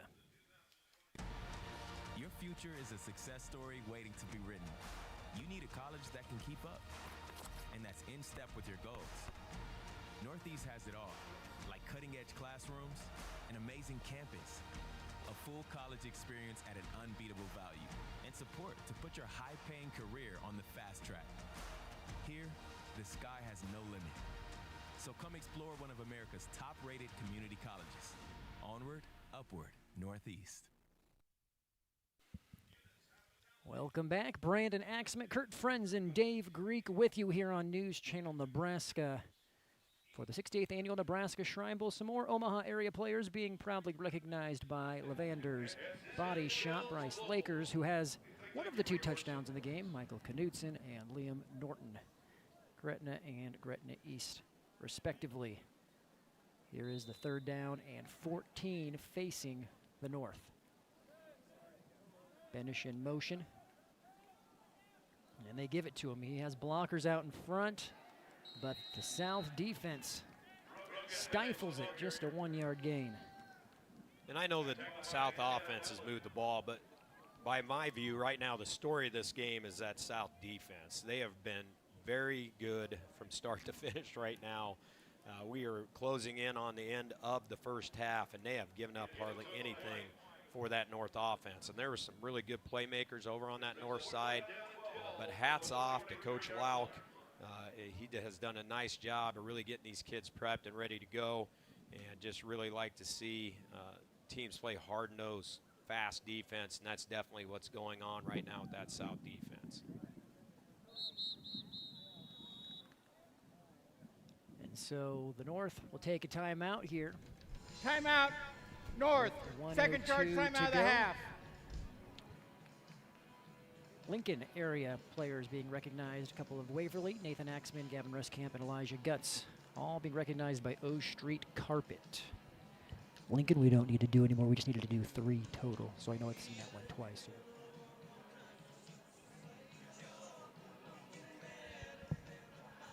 So you think the game means a lot, right? It does mean a lot. Some people will think, well, what's this mean for the coaches? And you could see Coach Lenhardt coming out right away when they called that timeout, trying to rally the troops. He wants to see this team get a little momentum. He wants to see this team do something special here to close the first half. And so I really like to see his energy towards his players as they came off the sideline here. Again, you have a 4th and about 11 or 12, so it's going to be interesting to see what kind of play call they come up with here.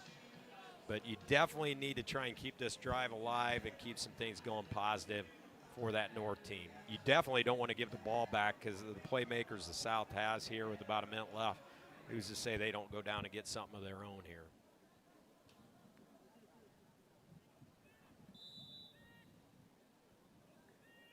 So Coach Lenhardt saying we need to go for it here.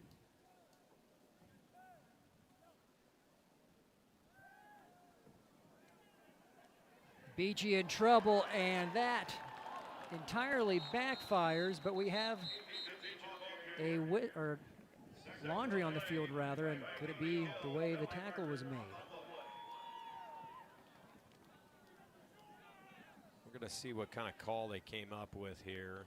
Well, they got a holding call. Hold, okay. Holding, number 56, offense.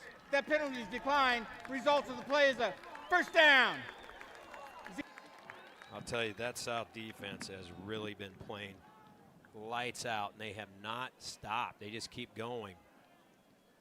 And that's Rhodey Hill from Hershey coming in strong as a linebacker, 6'1", 190, Morningside commit. He's a nice-looking football player.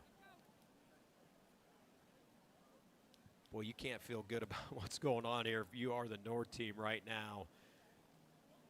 It's all not desperation time quite yet, but you definitely cannot give up a score here to end the first half. And you know that this South offense is going to come out and they are going to be aggressive. 55 seconds with the ball at the 50-yard line, that's a world of time. And so you can't really bring any blitzes, right? So the North team's handcuffed a little bit with what they can do defensively. We'll see if they can get some guys off blocks up here and get some pressure on the quarterback. Knutson on the roll, put right on the money. Catch made by Nolan Asher of Douglas County West. They continue to flood the zone right on the outside. Just it's different variations, but the same concept over and over again. And that's the one thing you can kind of take away from these games. And I think that's one of the things that as coaches that sometimes we try to find these special plays out there. It's about execution. And right now the South team is just out executing Clock operator, the North. please put 45 seconds. If you would have told me that clock. on Tuesday, I walked away from that. I thought, you know what, this is pretty close talent-wise. The North's a little bit ahead of execution right now. The South looked a little bit discombobulated at times. The amount of progress they have made from Tuesday until game time is really honestly pretty special. And so great job by Coach Opfer and his coaching staff just getting everybody going in the same direction because they are playing really clean football right now. Glad you're with us here on News Channel Nebraska as we near halftime. Our coverage is presented by Wayne State College and Pinnacle Bank of Kearney. 14-0 your score. South team leading. Brandon Axman, Kurt Frenzen, Dave Greek with you for the Shrine Bowl. It's not a Shrine Bowl if you don't have dancing clowns, Kurt. There we just had some on camera. And again, festivities all week long. There's a parade today, banquet last night. All culminates in this game being played out in front of us. And there is a Platteview player being proudly recognized by Heritage Homes as we now have 45 seconds to go.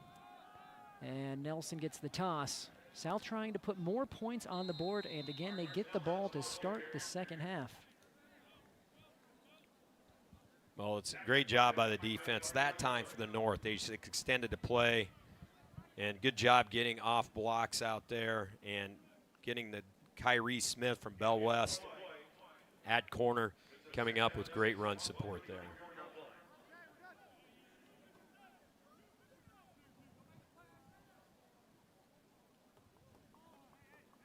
One timeout remaining for each team.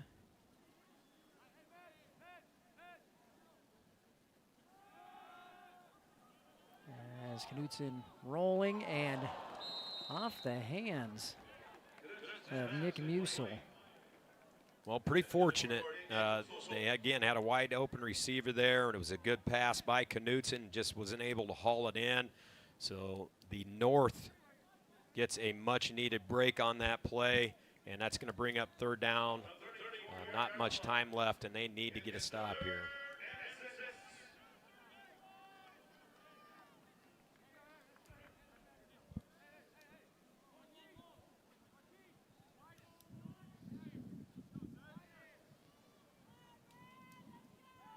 Knutson pressured, steps up, in trouble and taken down.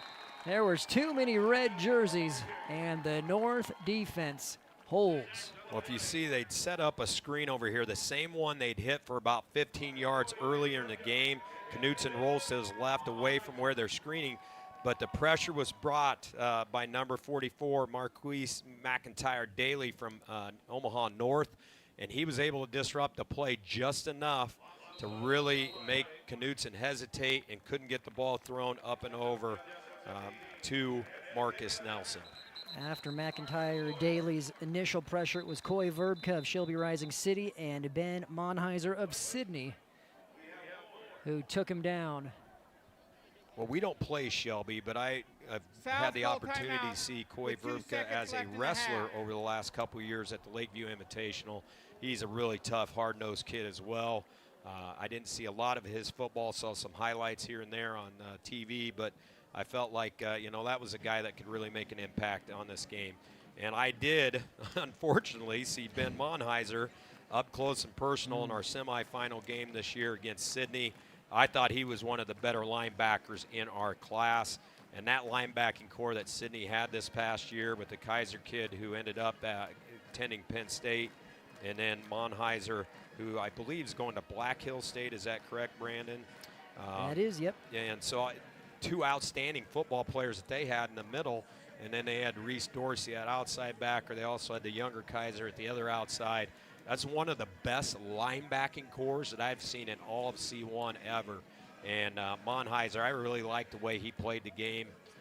Just a hard-nosed kid as well, but just played with a certain swag and confidence that you want your linebackers to play with. And I've seen some really special plays out of him today as well. Class act by you, Coach, revisiting that and giving props to well, here's the deal. I've been reliving that game every night. I haven't been able to sleep through the night since late November, so just another opportunity for me to relive it, I guess. Well, there's 2 seconds to go. 4th down and 17. And it looks like the South will say, let's chuck it up and see what happens here. Why not, right? Let's see get somebody loose down the sideline here. And there's Dailey. So 2 big back-to-back plays by Marquise McIntyre-Dailey. This time he gets the sack himself, the Omaha North product. And that will send us into halftime, where it's been all South. This is what started things off, a pitch pass in the first quarter, and then a pass and catch to the Aurora Husky, Canon Allen.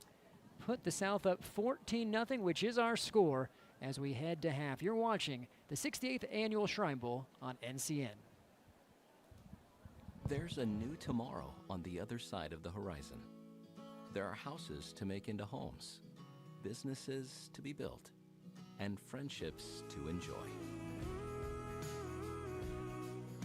Someday's gonna be one day soon. Build your tomorrow with a bank you can rely on. Pinnacle Bank, the way banking should be. Our halftime show is proudly presented by RMV Construction. Trusted, local, proven. RMV Construction.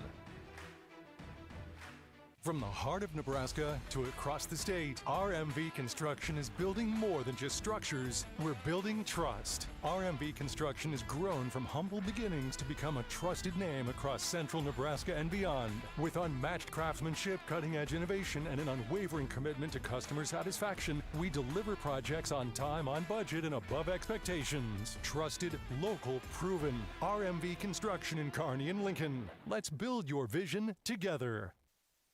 I spend with purpose because I bank with purpose at Liberty First Credit Union. With my Liberty Plus checking account, I can earn extra cash just for spending on everyday things, like groceries, online or in-store purchases, and lunch. At Liberty First, anyone can join, so start earning money to spend on the things you love. Start banking with purpose. Start banking with Liberty First Credit Union. NCN Sports is brought to you by Heritage Homes of Omaha on Highway 50 in Springfield. Visit heritagehomeofomaha.com or call 402-894-5512 for your custom design dreams. And by Dover Realtors, guiding you home since 1906. Hey, it's me, one of those students on the waiting list for a teammate's mentor. I've heard teammates is so fun and awesome.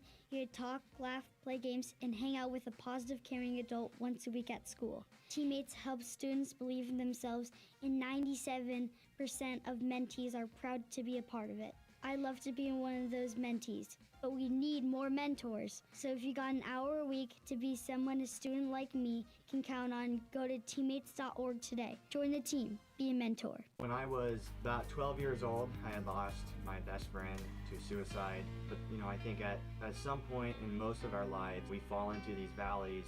And certainly when we're in these dark valleys and we're looking for light, faith is everything. Especially when you don't feel you have the strength, you have this opportunity to surrender it. And so just remember that other people are going through this. Let them know they're loved. If anxiety, addiction, or hopeless thoughts feel overwhelming, text HOME to 741-741 for support. Welcome back to halftime. Brandon Axmett, Kurt Frenzen, Dave Greek.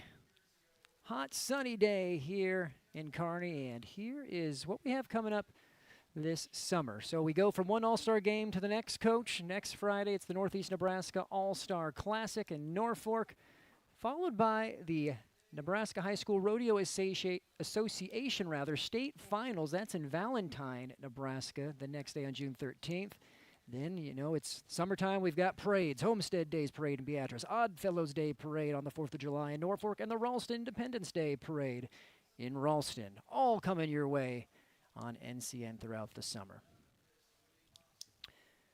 And of course, if you ever want to know what we're up to on NCN, you can do that by going to newschannelnebraska.com or following us on all of our social media channels that we talked about. So, 18-minute halftime here at Kearney. Coach, what were your initial thoughts and takeaways? I know we've talked about it throughout that first half, but as we reflect on the second half that's upcoming, we reflect on the first half, then project on what could happen in the second half. What do you anticipate? What adjustments, if any, are being made by both coaches? Well, if you're the North staff, you're spending time on flood concepts. That's, it's looked differently a few times, but they have definitely taken advantage of that. And they've flooded the zone numerous times for positive plays and then had a couple variations. And one time they had, on the one touchdown, Canon Allen broke off his route, more of a post corner route, and they were able to execute that at a high level. But definitely spending some time on the back half of your defense just defending the pass. They've honestly done a pretty good job defending the run. They haven't shook loose too many times, and so the North defense has really done a decent job. They had some positives on the last series there that they can build on, I think, for their defense. If you're the South defense, you just want to continue to do what you're doing, which is running to the football. They have done a great job on pursuit, and then they have done a nice job of playing physical on the back half of the defense. So, they haven't really got called for a pass interference call. So if you're the South defense, you're going to continue to tell those guys, hey, let's play physical, make those referees call something before we, lighten that up a little bit. Then offensively, if you're the South offense, you want to continue to build on what you've done, the concepts that you've had success with. Just because we go into halftime and the North's going to make some adjustments and try to stop that flood concept. That doesn't mean you go away from it. So go with what's working until they stop it. But with that, obviously, I'm sure they have a couple variations off that they can take advantage of that. But I think they're going to obviously really do a good job of continuing to try to get Knudsen and Tonjes on the edge. Good things for their offense has happened when they've rolled them, when they've had a little boot action out of the backfield. So continue to do that some way. If you're the North offense, I think what you're going to try and do is just preach to your kids about consistency. What they have had issues with is getting behind the sticks. They've had a couple crucial holding calls go against them. They've had some penalties that were untimely that just got them off schedule. If I'm the North coaching staff, I'm going in, listen, our defense is going to get a stop here. We're going to get the ball down 14-0. We're going to drive it down. If we can just stay out of our own way, not have penalties, not get behind the sticks, good things are going to happen for our offense. So let's take a look at some of those highlights here at halftime. 14-0 your score. So opening drive of the game, Coach, and the South D, which we've been talking about all half. This is where they first showed their prowess. INT by Nate Christensen. Yeah, and it's one of those things where they really had a nice opening drive going for the North, and they just unfortunately threw a pick there, but it was a great play by the South as well there. And you liked this one, Coach. You were a fan. Yeah, gadget plays I always take a special liking to, so a little halfback pass there. Great job executing the play. When you put those gadget plays in, they're tough when you practice them every week throughout the season. Sometimes to put them in during the week of the All-Star game and have success, that's great for their team. Marcus Nelson to Bryce Lakers for that touchdown. Here's a nice pass and catch. Jack Vanolic of Seward. Well, there's a couple receptions in this one. And if you remember, that was a huge third down play. And then you thought, okay, the North's got some things going here. Huge fourth down stop. They were able to get a big push up front by their defensive line. Linebackers cleaned it up, and they gave the short field there for their offense. Some tough old school running by Beatrice High's Merrick Johnson on this one, the stiff arm. Yeah, like we talked about, one of those tough two-sport athletes. He great wrestler, great football player, runs behind his pads, physical kid. And here is the second touchdown of the game. Tonjes rolling out, finds Canon Allen of Aurora High. That's a 34-yard touchdown to make it 14-0 with 4:06 left in the half. Well, Canon Allen's tough to defend if he doesn't have much space, but if he gets that much space, there's not much you're going to be able to do about it. Great throw by Tonjes there. And then the North defense does come up big at the end after going forward on fourth down. They keep the South from adding more points to go into the halftime break. That was a sack by Marquise McIntyre-Dailey of Omaha North. 14-0 is our score. We're currently at halftime, about 10 to go. We'll more than likely hear from a representative from Shriners International and perhaps the Nebraska Shrine Bowl Executive Director as our halftime show continues. Stay with us. You're watching News Channel Nebraska. NCN Sports is brought to you by MNB Bank. There is a difference. Highline Cooperative, committed to you. And by McKinney Manufacturing and Sales in Mitchell, Nebraska. At first, I was really nervous and intimidated to buy a ring. My experience at Starter Heyman was very easy. I felt like I walked out with the ring that was going to make her go wow and say yes. I love my ring. It is so beautiful. I get compliments on it all the time. I always tell them Starter Heyman. I love it. Yeah, we would definitely recommend Starter Heyman. We're definitely coming back in the future. We have a wedding band to buy. So. We do, yes. We have wedding bands. We'll be back for that. Starter Heyman Jewelers, downtown 12th and O, South Point Pavilions, and Grand Island. Our halftime show is proudly presented by RMV Construction. Trusted, local, proven. RMV Construction. From the heart of Nebraska to across the state, RMV Construction is building more than just structures. We're building trust. RMV Construction has grown from humble beginnings to become a trusted name across central Nebraska and beyond. With unmatched craftsmanship, cutting-edge innovation, and an unwavering commitment to customer satisfaction, we deliver projects on time, on budget, and above expectations. Trusted, local, proven. RMV Construction in Kearney and Lincoln. Let's build your vision together. Kick your day into high gear with a stop at Speedy Mart on 85th Street, Lincoln. Whether you're racing to practice, cheering from the sidelines, or just powering through a busy day, we've got the fuel, food, and drinks to keep you in the game. Our fast service and new parking lot make it easy for pumping fuel and getting what you need for the road. With our friendly service, every stop is a winning goal. Speedy Mart, convenience that always scores. Big ideas, bold graphics, quality products you're proud to wear. That is Custom Sports.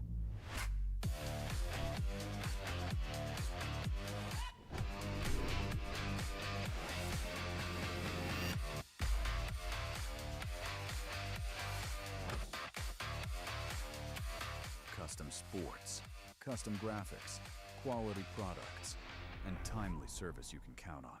NCN Sports is brought to you by Northeast Community College, Highline, your community-based internet provider, and by Lavander's Auto Body. At Lavander's Auto Body, we promise to always provide value and outstanding service regardless of repair size. This is Lauren from St. Mary's in O'Neill. Life moves quickly and it's easy to feel overwhelmed. This is Anna from St. Mary's in O'Neill. Faith gives us a strong foundation when life feels uncertain. It helps us slow down, listen, and remember what truly matters. It reminds us that even in difficult moments, God is always present. And faith isn't just for Sunday, it's meant for everyday living. If you're searching or have questions, reach out to your local pastor or priest and start the conversation. We're about 6 minutes until the start of the second half for the 68th Annual Nebraska Shrine Bowl. This is Tim Forbes. He's an International Shriners Board member. Tim, who made us put these coats on?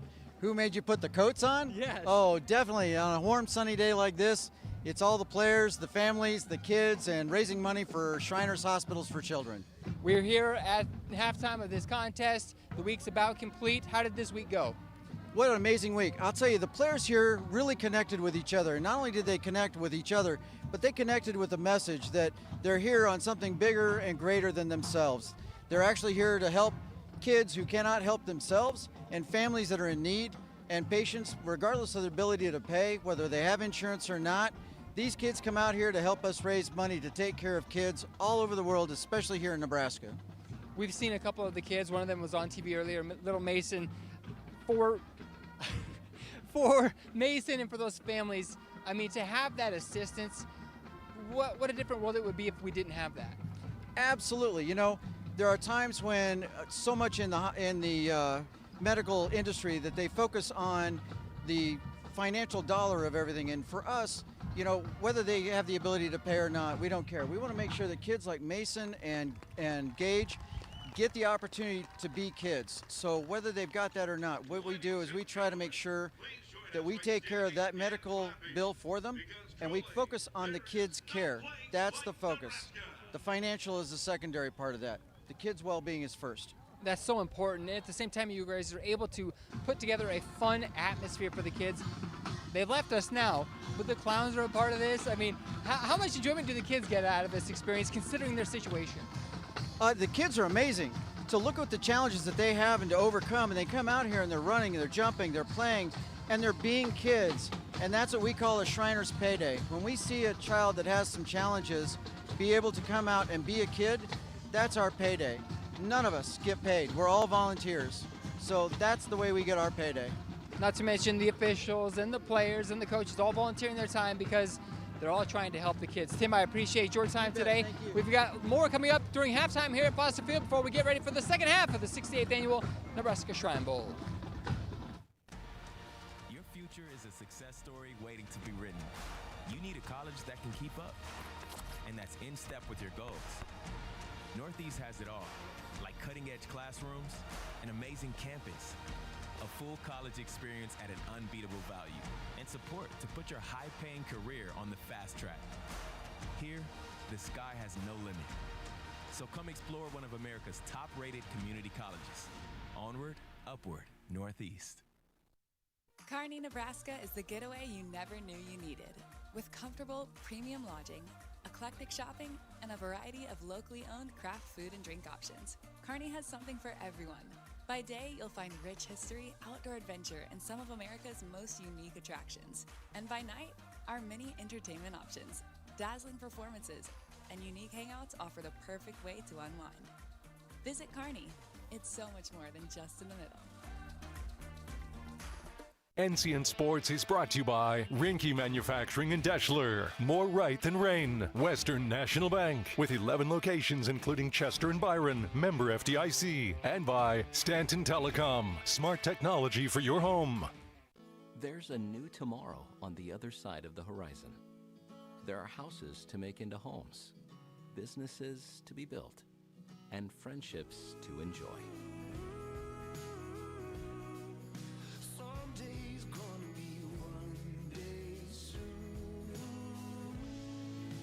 Build your tomorrow with a bank you can rely on. Pinnacle Bank, the way banking should be. These community sponsors proudly support their local Shrine Bowl players. Enterprise Bank in Omaha congratulates Brady Andersen of Millard North. Box Butte General Hospital congratulates Jet Harrion of Alliance. And Andon Bruns Construction congratulates Merrick Johnson of Beatrice.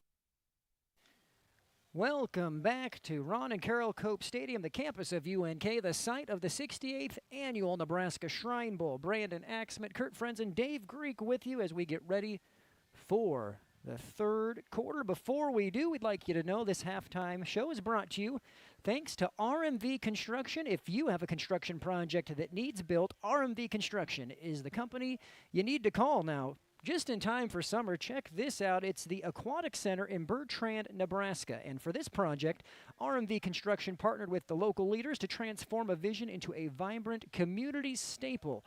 RMV is passionate about delivering aquatic centers, sports complexes, parks, and recreational facilities to serve the people in the communities of all ages for generations to come. So if you're interested in something like that, you should call RMV Construction to create a space for your community and for what it will be proud of. RMV Construction with offices in Lincoln and Kearney.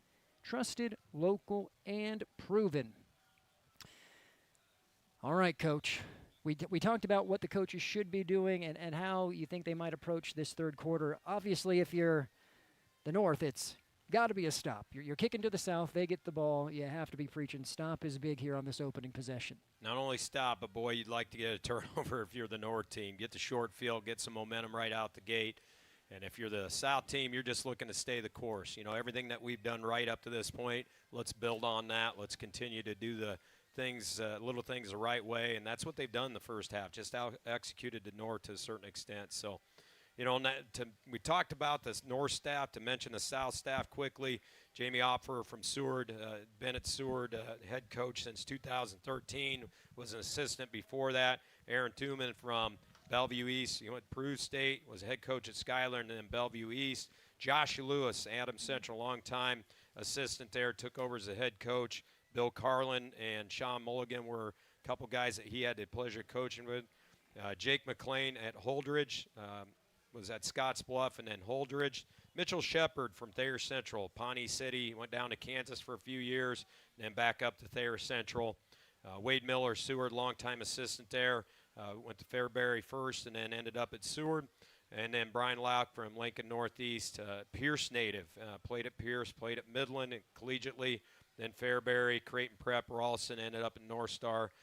So I had the opportunity to coach for Coach Waller at North Star and also Coach Kobza, who's on the North team. Were a couple of his influences that he had there as well. So two outstanding staffs that we have here in our Shrine Bowl this year.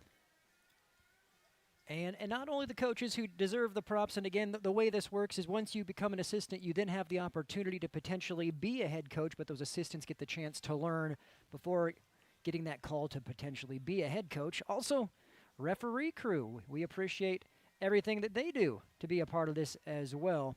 The referees and the crew in this game, we will give them a shout out once we can pull up their bios, which I thought I had it, and while you're Coach, doing that, there it I is. want to tip a hat to the band as well.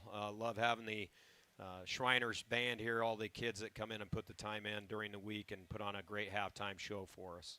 And those crew, as promised, the refereeing crew, Rodney Brungart, the referee, Todd Centers, umpire, Tom Kent, linesman, Jay Stoa, the line judge, Tyler Murrett, the back judge, and then Mark Spears, special rules, Mark Feeney, special rules, and Mark Whiting, coordinator. A lot of marks on this crew. Well, Tom Kent is a Columbus guy and a guy that I've had the pleasure of working with over the years. Tom Kent is very thorough in his officiating, so just really have a big appreciation for those officials and then them coming out and putting time into this game as well today.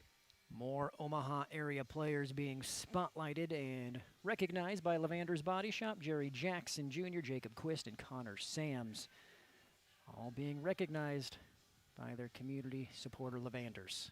Legendary coach from Nebraska Wesleyan, Brian Keller, checking in today, and he is watching the game. So some heavy hitters out there between Coach Libby and Coach Keller, the years of experience those guys have tuning in and watching the game today. Really appreciate everybody checking in on the Shrine Bowl today and all the action that's going on here this afternoon.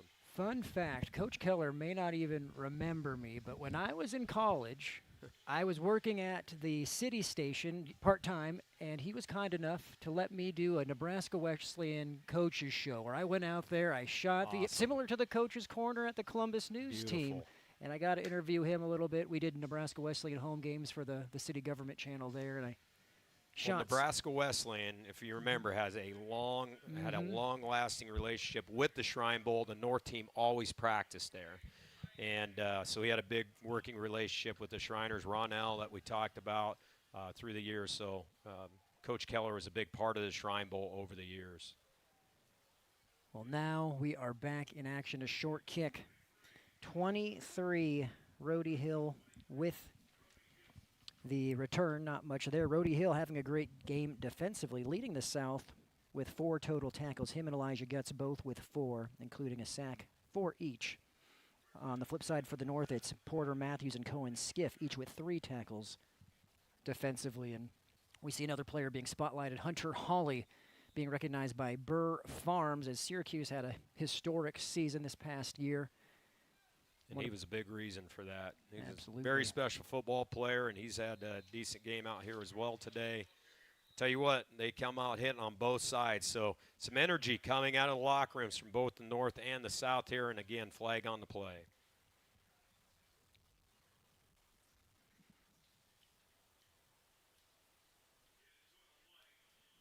Gain of 2 if it stands. Face mask on the defense, 5 yards. Repeat, first down.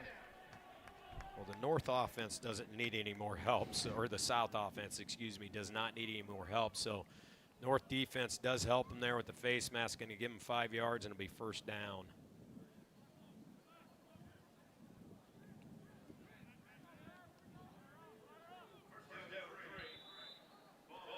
Got to look at the instant replay brought to you by Stanton Telcom. As Knudsen uncorks one, overshoots his target. So similar to what we talked about at halftime, right? You want to stick with the things that have been working, so they come out on second down. We're actually first down again, and they run that flood concept. So they have a shallow wide receiver coming out of the backfield, that a little bit deeper route, and then they had the fade route down the sideline. Knudsen elects to go with the deep route. It was well covered pretty much at all 3 levels, so some adjustments made by that South or North defense at halftime, and they were able to come out and get that play stopped, at least initially, here in the second half. Second and short, hard count. Gets the North to jump.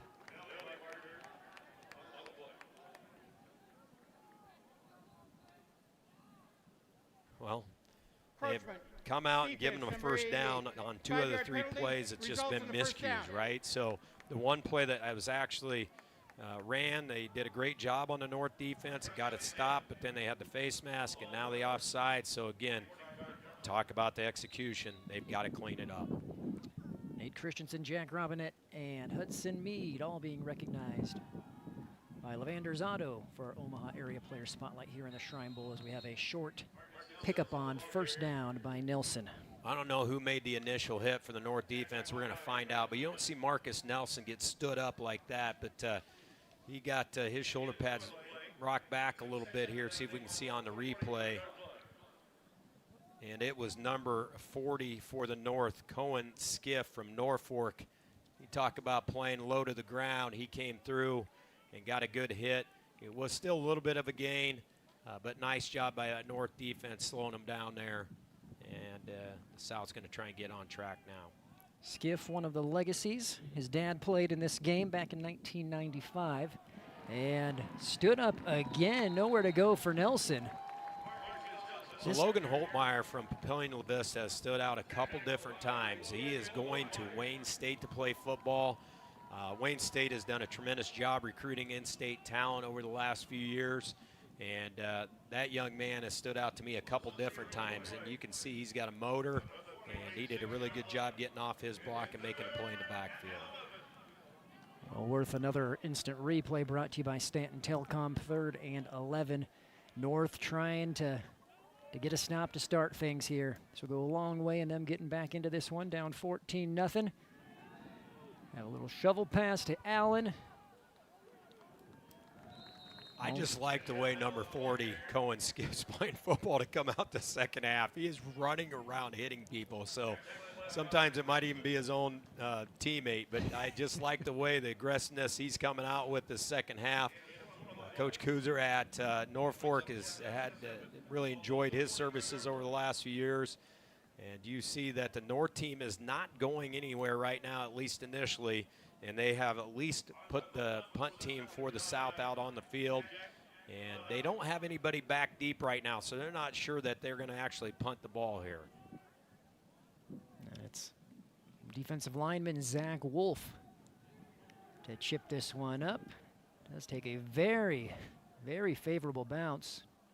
South will down it around the 6-yard line. Yep, and ends up being a really nice punt, but we talked about it. North needs to come out, get a stop. They get that stop to start the second half. Now the offense needs to complement the defense. They need to drive the field. They don't care if it's one play or 15 plays. They've got to get a score here, cut this lead in half. And I know Coach Bird from the North's going to try and get his offense a little bit of rhythm here. I could see him sticking with some of that RPO and get the ball on the edge. Beachy's more of the RPO guy, so with Zickman in there, he might try to get some steady handoffs early here and then take a shot up top. Handoff to Benish. Issue for the offense, for the North, they're 3 for 12 currently passing between Beachy and Zickman. Haven't been able to get the air attack really clicking. And similarly, that South defense hasn't allowed them to get too much on the ground either. Yeah, and they've just kind of been out of sync a little bit. And they've had some open receivers, and, they've just been off on timing of the routes a little bit. And if they can get that fixed a little bit, they can get a score for sure. Xavier Galloway of Mitchell being recognized by a community sponsor as... I think it just came out of his hand a little bit off there on that play. He's trying to get it to Dent again, his teammate. Coverage on the play. I don't think it was tipped. It looked like it might have just slipped out of his hand, which it did. You're going to want that one back for sure. So very crucial third down to start the second half here for this North offense.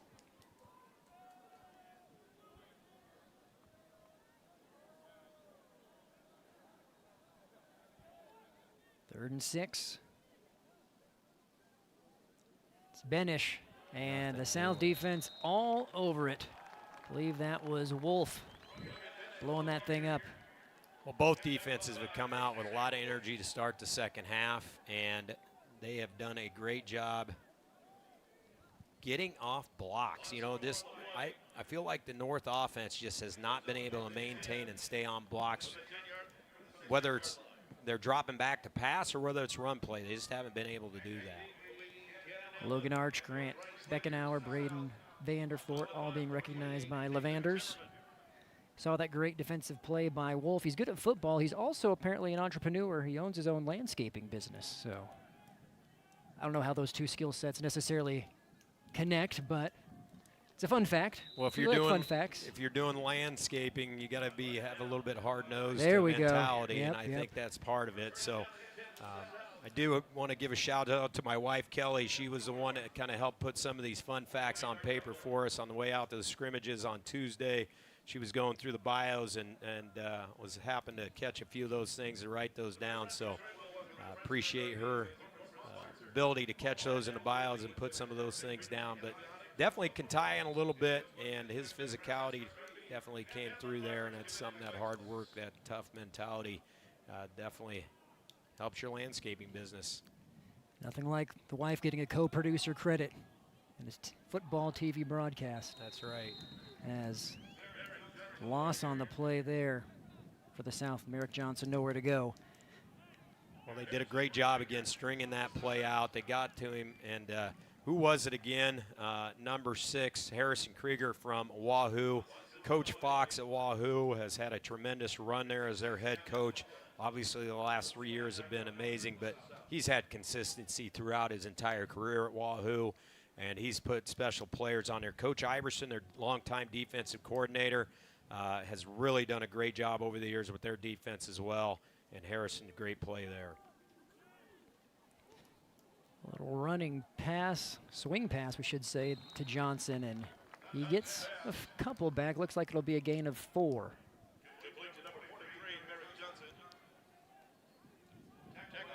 Sets up 3rd and about 7. Here's another look brought to you by Stanton Telcom.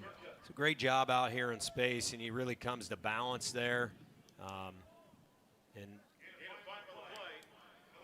so Porter Matthews from O'Neill, I've seen him over the last couple years. One of the hardest hitting football players that I've ever coached against. That guy does not care about his body. He would just play downhill at all times. Just a guy that really has done a great job for Coach Eichelberger and O'Neill over the last few years. Big play. Speaking of big hits, that's Verbka getting in there again. So yeah, Verbka, you know, he's definitely representing the Shelby Rising City Huskies in a very positive way today. His ability to get off blocks has really shined a couple different times. And, you know, it's one thing to have the bad snap, but you got to have defenders getting off blocks and getting there. And he's excited to help his team out in that play. So offense hard to come by here early on in the second half. This will be our 3rd consecutive punt between the North and South teams. Another nice bounce for the South. This will go all the way to the 2-yard line. Well, I'm just telling you, initially everybody's like, we got to field that ball, right? We got to get the punt. But I'm telling you, the way that ball is coming off his foot and the way it is spinning and wobbling, that is not an easy ball to field. So especially when you haven't been practicing fielding punts for how many months, and you've got a limited time to do it during the course of this week, to go out there and try to field a punt like that, that's really tough to do. So great job by the special teams here today, pinning them back, and we'll see if they can go 99 yards, Brandon. The North looking for their first points. They're going to go with 2 backs in the backfield here. Might see some triple option.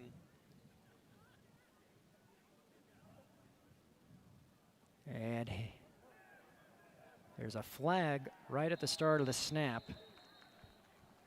It's keeper there for Beachy. We'll see what the call is.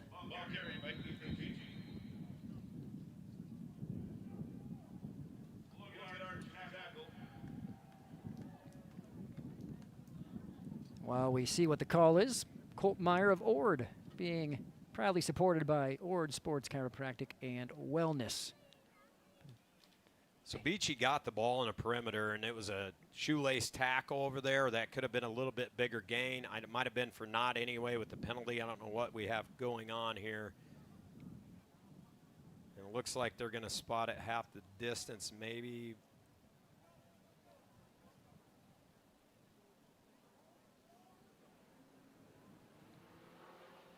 I don't know if they know exactly.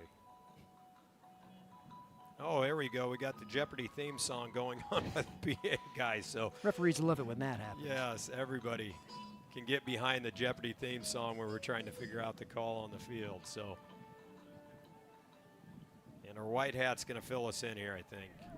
Illegal formation on the offense, running an off-balance line. Half the goal remains.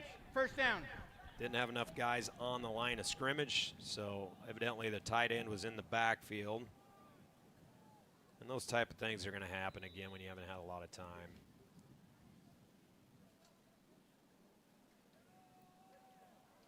Well, they get out of the end zone and pick up a few more. Showing some speed on that run. So they've had a couple positive plays off that little counter action. And they run that counter again, and Brogan Benish does a really good job being patient, and he was really close to breaking off a 30, 40, 50-yard gain here. You know, if they can keep fresh legs with him, give Timmerman a carry here.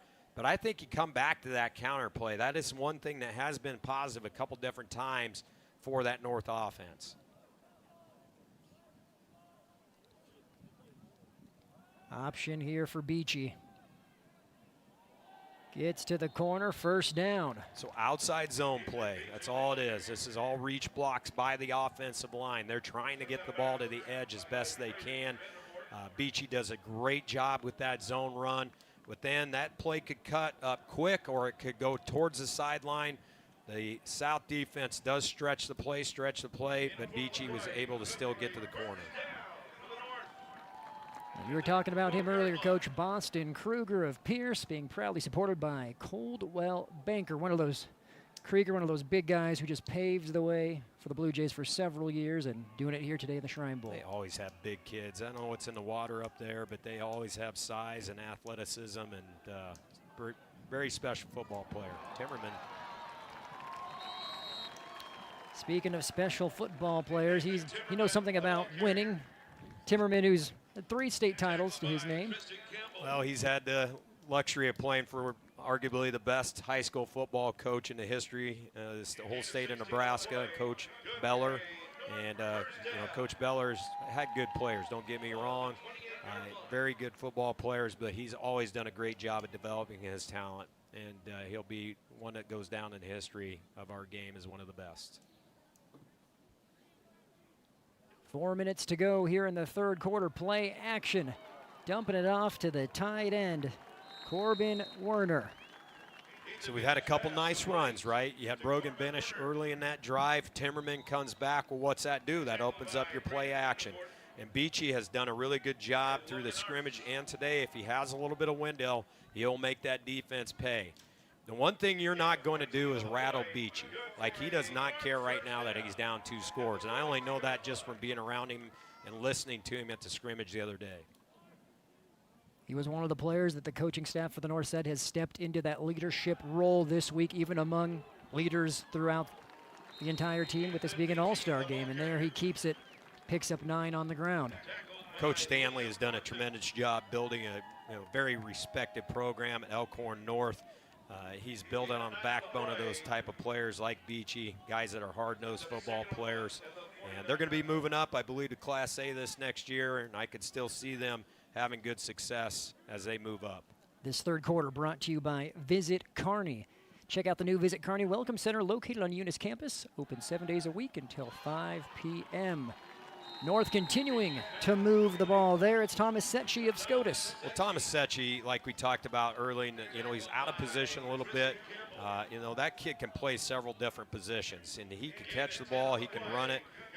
This is a contested catch. This is not an easy catch he just made right here. But good job by Beachy getting him the ball. Good job by Thomas catching it. This drive started on the 1, but the North now in South territory as Beachy keeps this for a few. So it's a counter play. This time they're going to fake the handoff to the running back, and the quarterback's going to run the counter. Beachy did a nice job getting up with his linemen as they were pulling, but the South defense bows their back a little bit on the counter play that time, and they were able to slow him down a little bit, and that's going to bring up about 2nd and 8. Secchi back in with Benish, the deep back. This time, Secchi coming out of the backfield.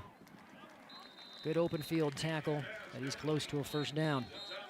It was Emmett Dirks of York making the play on defense. So, really good look here as you watch this play develop. You've got a inside zone looking play. He's going to read that perimeter, and if he's got a window out there, he's going to throw it to Secchi in the flat. He runs what you would call a flat route, an arrow route, whatever you want to say, but he's basically what I would call like a flex tight end in that situation. They're going to get him out of the backfield and throw him the ball. Great job by Beachy delivering it. Great job by Thomas catching it. 3rd and short, Benish motions. And the snap ends up in his hands. That's the last thing you need if you're the North.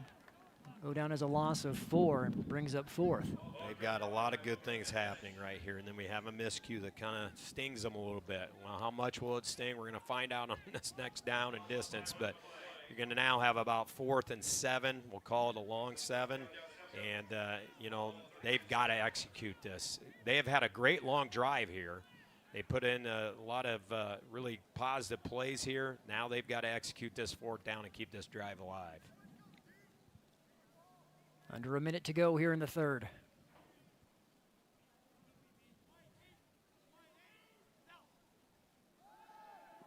Beachy has room to run.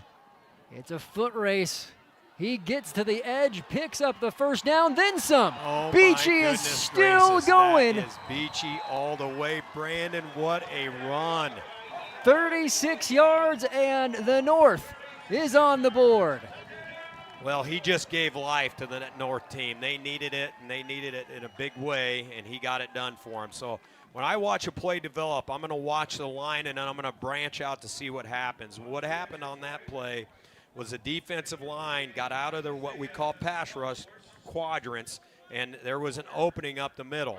Beachy made a decision. He was going to live with it. He pulled the ball down, and he got to the edge. Now, 2 South defenders had him dead to right over on the edge. He was able to still shake loose and get down the sideline, break another tackle, and score on that 4th down, and we've got ourselves a ball game. 99-yard drive, capped off by the 36-yard run by Beachy. Don't go anywhere. It's 14-7 here at the 68th Annual Nebraska Shrine Bowl. Kearney, Nebraska is the getaway you never knew you needed. With comfortable, premium lodging, eclectic shopping, and a variety of locally owned craft food and drink options, Kearney has something for everyone. By day, you'll find rich history, outdoor adventure, and some of America's most unique attractions. And by night, our many entertainment options, dazzling performances, and unique hangouts offer the perfect way to unwind. Visit Kearney. It's so much more than just in the middle. Cannon Allen and Colin Stoppel are representing the Aurora Huskies in the Nebraska Shrine Bowl. These young men are proudly supported by Interstate Battery in Aurora, Memorial Community Hospital, and Heartland Bank of Aurora. Welcome back to our Visit Kearney 3rd quarter. Another Pierce Blue Jay being represented by Coldwell Banker. It's Ryder Thiessen of Pierce. As the North team feeling good right now. 99-yard drive, they're on the board. And 1 quarter and change left to play as that kickoff is down at the 30-yard line. But Coach, how were they able to do it? They were struggling to move the ball all game for the most part, and then they just, you know, they do the easy thing, take it 99 yards and score. Well, it started with Brogan Benish down here on the goal line. I think people maybe forgot about that a little bit. He ran that real positive play after that penalty down there on counter, and he got them out of the shadow of their own goalpost a little bit. Then Timmerman came out, and he had a nice run. So there was a couple nice runs in there that were able to jumpstart that offense. Hand off here to Nelson. It was tackled by Monheiser. Then I spent about 45 minutes at the North Shrine practice, and I walked away saying to myself, that Beachy kid, I would take him on my team any day of the week and twice on Sunday, and he proved me right on that last run that he had. And now if you're the South, you got to answer, right? If you're the North, we've got to get a stop here, and we got to get that ball back, and let's go tie this thing up, and that's going to be the end of the 3rd. 12 minutes remain in the 68th Annual Nebraska Shrine Bowl. South lead 14-7. As we head to the 4th, the North did what it needed to do. Cut the lead in half. Stingy defense and a 99-yard drive gets them back into it. Ethan Beachy leading the North on a potential comeback. 36 yards to the end zone. We're running back with the 4th quarter here on NCN. There's a new tomorrow on the other side of the horizon. There are houses to make into homes, businesses to be built, and friendships to enjoy. Someday's gonna be one day soon. Build your tomorrow with a bank you can rely on. Pinnacle Bank, the way banking should be. Got a dozen left to go here at the 68th Annual Nebraska Shrine Bowl at Ron and Carol Cope Stadium. This is John Cerny, the Executive Director for the Nebraska Shriners. John, you talked to me earlier off camera about all these great kids. What goes into selecting these kids to be a part of this Shrine Bowl? Well, it starts with the nomination process from their coaches, and we ask coaches to consider character when they're submitting names, and then that list of nominations goes to the coaching staff, North and South coaching staff, and they pick players from there. We do have some requirements that there's got to be, that it has to represent the state, so we want players from east, west, north, south. We want a good representation of the state, but you know, they always do a really good job picking people, and this year's no exception. And we got to hear from them, and they seem to really be buying in, once again, to the mission of the Shriners Hospital.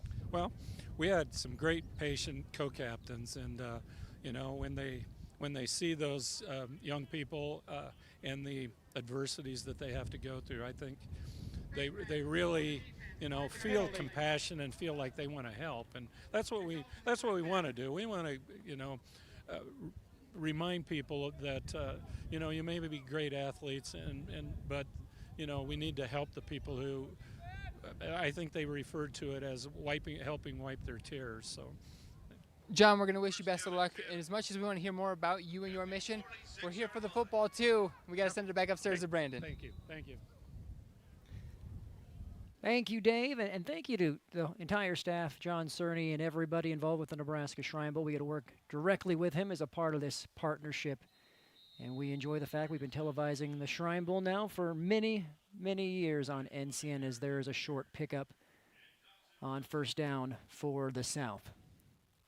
Well, Holtmeyer is being disruptive in the middle there, and it made Marcus Nelson from Norris kind of readjust his run path a little bit.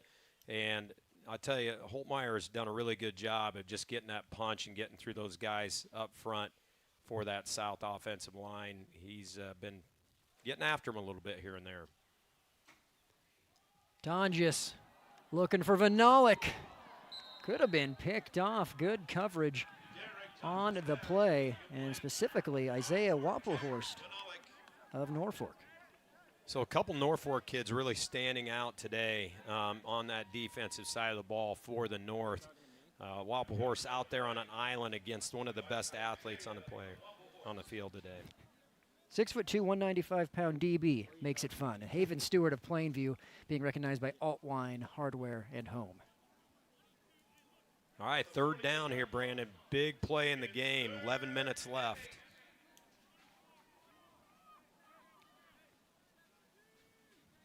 Like you mentioned, you get the stop here. All of a sudden, you're the North. You have the momentum and a chance to tie if you get it back. Cannon Allen, though, has other ideas, and this will keep the South drive going. Big pickup for the South. Cannon Allen, like we talked about, he doesn't need much space out there to really make people pay. And he had very little, to be honest with you. He was able to get through there. And he is also coming to UNK, going to be a Loper this next year. Just outstanding career for the Aurora Huskies. It's Allen's fourth reception, puts him over 60 yards on the day. Also that touchdown in the first half.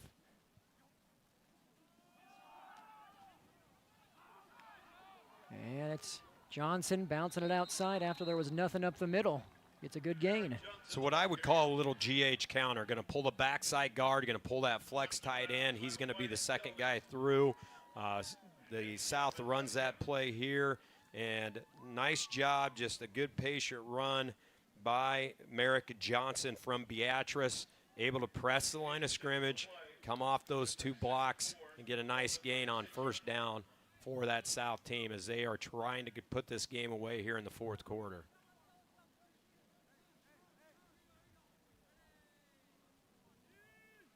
Johnson the lone back. There's the hard count. And it got the North. That's the second time they've got him on that freeze play. So a lot of times teams are going to go on the same count over and over and over again, and then they're going to call what would be a freeze play, where they're not going to run a play, hard count you, and that's happened a couple times to that North defense here, and both times have been really advantageous for the South. Look brought to you by Stanton Telecom. Fresh set of downs now for the South. They're on the North 31. Play action, look out. That is a pick six saving tackle after the INT, but the North coach is in business. I'm trying to see who got the interception. Is that? I think it's Jelinek, Wyatt Jelinek for Raymond Central. So they ran that GH counter here a couple plays before. This is the play action off that. So instead of handing the ball, they're going to pull it. It just floats on Ton just a little bit, and then a big interception by Jelinek over on the edge, and that really saves the game for the North team. It looked like the South was on a drive. They're going to try and put the game away. We've got 10 minutes left, one-score game. North has the ball first down, and Parker Zickman, I think, is the quarterback coming out.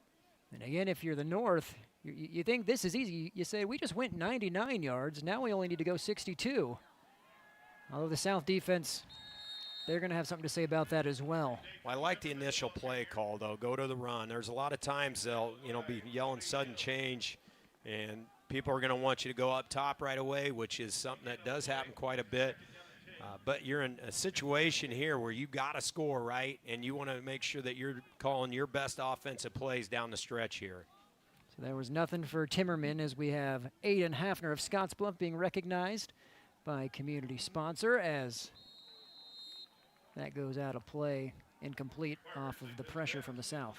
So what happened here, this is a miscue, and I could see Coach Kobza talking to his player from his high school team here.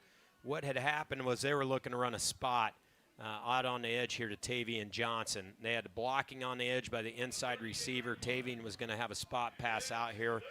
He thought it was a different route. He ran long. Zickman didn't know where he was at and just threw the ball away. So I can kind of all see that transpire here. You feel tough. It's a tough play for those kids. They need to bounce back here on third down. 4 wide. Zickman. Excellent pass. Look out. We've got a freight train coming up the sideline. Caden Kanak of Lions Decatur's his first catch of the afternoon. It's a big one. Well, you see why Parker Zickman threw for so many yards at Central City. That is a small window he just threw into. When that ball was released, I thought this is going to get intercepted. There was somebody in behind him. There was somebody in front of him. And he was able to throw that ball and drop it down to Kanak from Lions Decatur. 6'3", 230. What a dude. He'll be going to Wayne State to play football. Kanak. Now we go to Timmerman on the ground. The Norfolk Catholic product picks up 7. And all of a sudden, the North nearly have a 3-and-out. Instead, they are threatening nearing the red zone. Well, back to that last reception that Kanak had. That was not an easy catch. That had to be, disrupted a little bit with the hands in his face in front of him. He was able to haul that in and get the catch, and they go right to Timmerman. Nice job by him making some plays there. They got Brogan Benish back out on the field now. They're going to try and ham and egg him a little bit, I believe. Johnson on the bubble screen. So that's what we were talking about a couple plays ago when there was a miscue, right? We said they were trying to get the ball to Tavian Johnson over on the edge. Well, they come right back to it. They saw something that they liked. They felt like they had a little space out there. I believe that was Thomas Secchi as the inside receiver. Did a really good job of blocking over here on the edge. And you can't win those plays. You don't have blocking on the edge that's real strong. It wasn't Secchi, actually. That was Xavier Galloway from Mitchell, I believe. Sets up a 1st and 10. North on the 22. Benish up the middle. Hit hard by Rhodey Hill. Short gain. All right, second down here, and you think a lot of conventional thinking, all right, we got to figure out some sort of pass play here. With Zickman in there, I get that, but that doesn't mean they have to go away from the run. I don't think you have a wrong play call here. I just think you're either going to call your best run or your best pass here and live with it. Conventional wisdom would say they're going to probably roll the pocket a little bit to the field, which would be Zygmun's right, and try to throw on the run a little bit here. It was more of a soft roll, but is trying to find Galloway. Brings up 3rd down and long as we have 8:03 remaining. Everything was pretty covered up there. That's not a bad place to put that ball, only where his receiver might be able to get to it.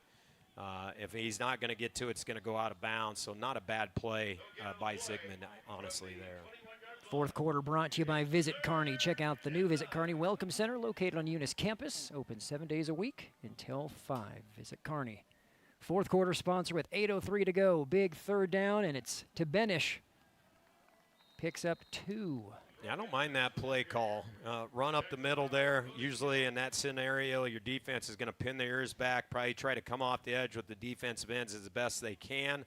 And honestly, that's where Beachy broke that long run, was right up the middle in that almost same scenario.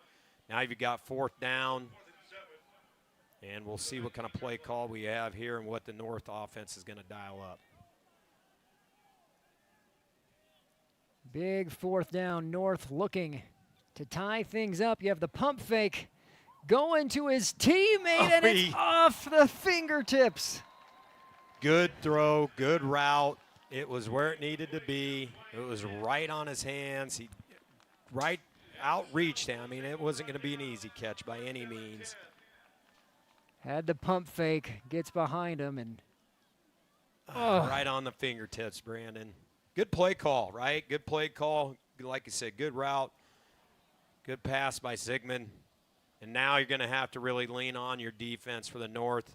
The offense for the South is going to try and put this game away. They'd like to go on about at least 10-play drive here, put this game away.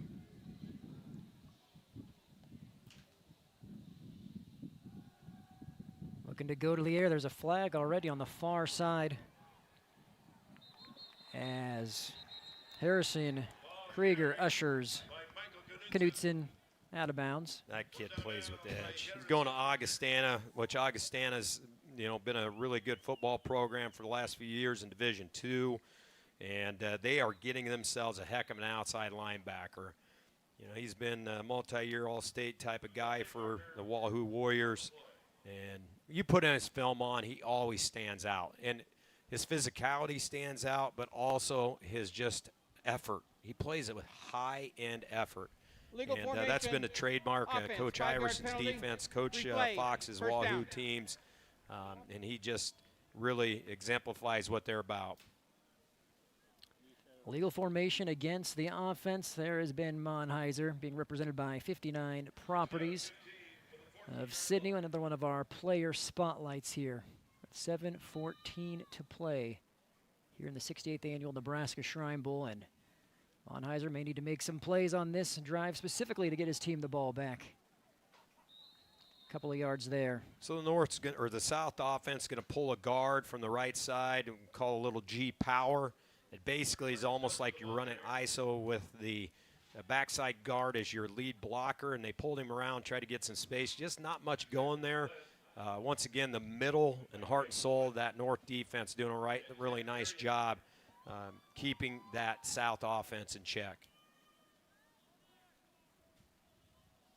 Under 7 minutes to go.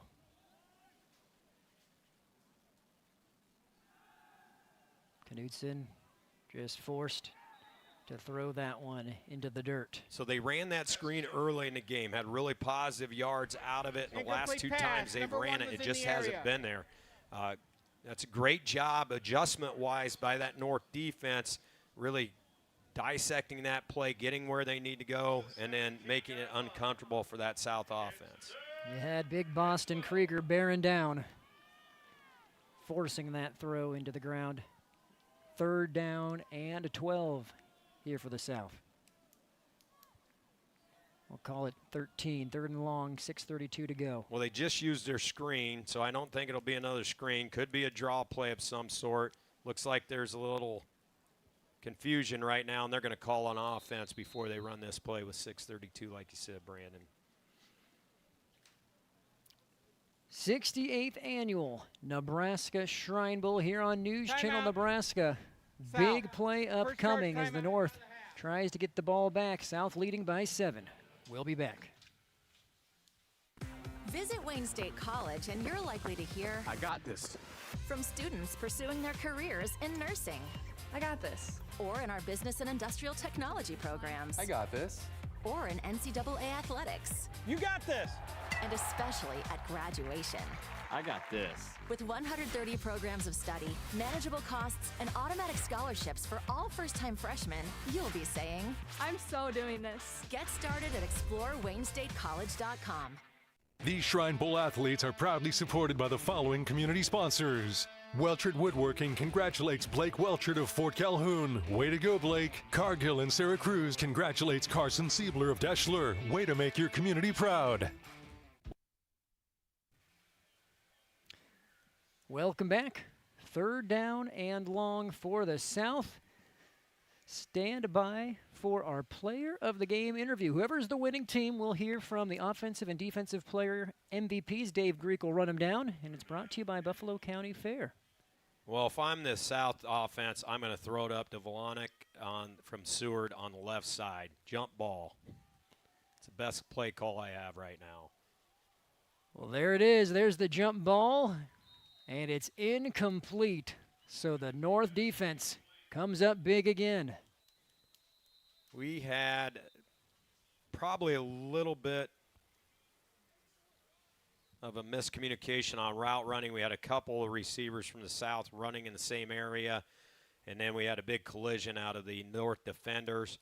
But regardless, they get the stop and force 4th down. And both North players on their feet. Wappelhorst was one of those that was a part of the collision. So South will punt it away. Not a lot of punts from the South team today. I can't even remember them punting, really. Merrick Johnson looks like he's going to do the punting here for that South team. I think they punted once or twice. And this will be their 2nd of the game. They had one other punt to start this second half on their opening drive. And he's been getting some friendly rolls off his punts, that's for sure, but still going to be good field position right at 6 minutes left in this game for the North offense.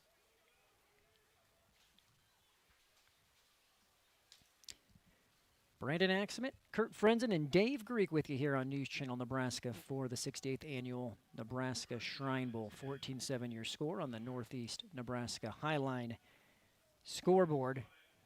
Glad that you're with us. The South took a 14-point lead into halftime. The North has made it a game here in the second, scored with about 30 seconds to play in the third, and they've come up with a couple of defensive stops here to give themselves now a second opportunity to tie things up here. Ethan Beachy, the one who has scored for the North, he did it on a 36-yard touchdown run. And Benish finding a crease to run through. It's 11 yards. So they run a little misdirection, a little window dressing with Thomas Secchi. They're going to send him in motion and bring him back out in a little arc motion, and then a little inside handoff counter play.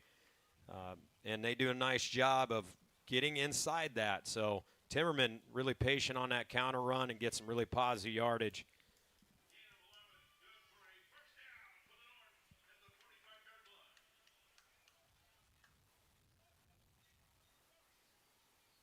This time, play action to Benish, and that was behind the wide receiver, but we have a flag in the defensive backfield. They're trying to get it to Isaiah Wyatt. That's going to be on the defense. They're going to get pass interference over here on the back half of the defense for the South, so going to be a positive play for the North here.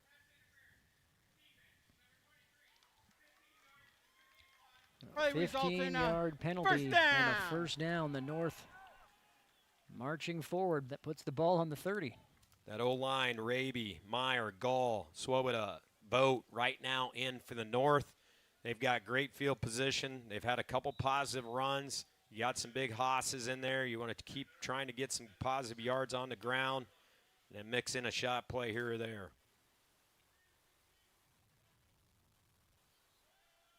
Beachy looked like a broken play, Coach, and he just had to get what he could. Well, I'll tell you, the Elijah Guts from Lincoln East is a really nice football player, and he has got upfield. Grayson Vogt does a nice job of pressing him up a little bit and gives Beachy a chance to step up. Unfortunately, the backside then collapses, and they were able to get a sack on that player, get a tackle right at the line of scrimmage.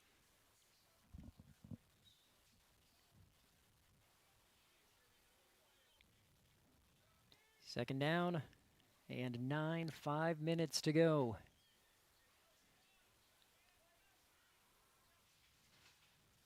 Design keeper for Beachy. It took about 3 South defenders to finally slow him down, but he gets 5. He is a tough kid. You know, you don't have a lot of quarterbacks can run between tackles like Beachy can. He's really strong, explosive player, and he was really close. I know they ended up getting 2 or 3 guys there, but I thought for a split second he might bust that for even a bigger gain. But nonetheless, it brings up 3rd and manageable for them. They've got big play coming here for them.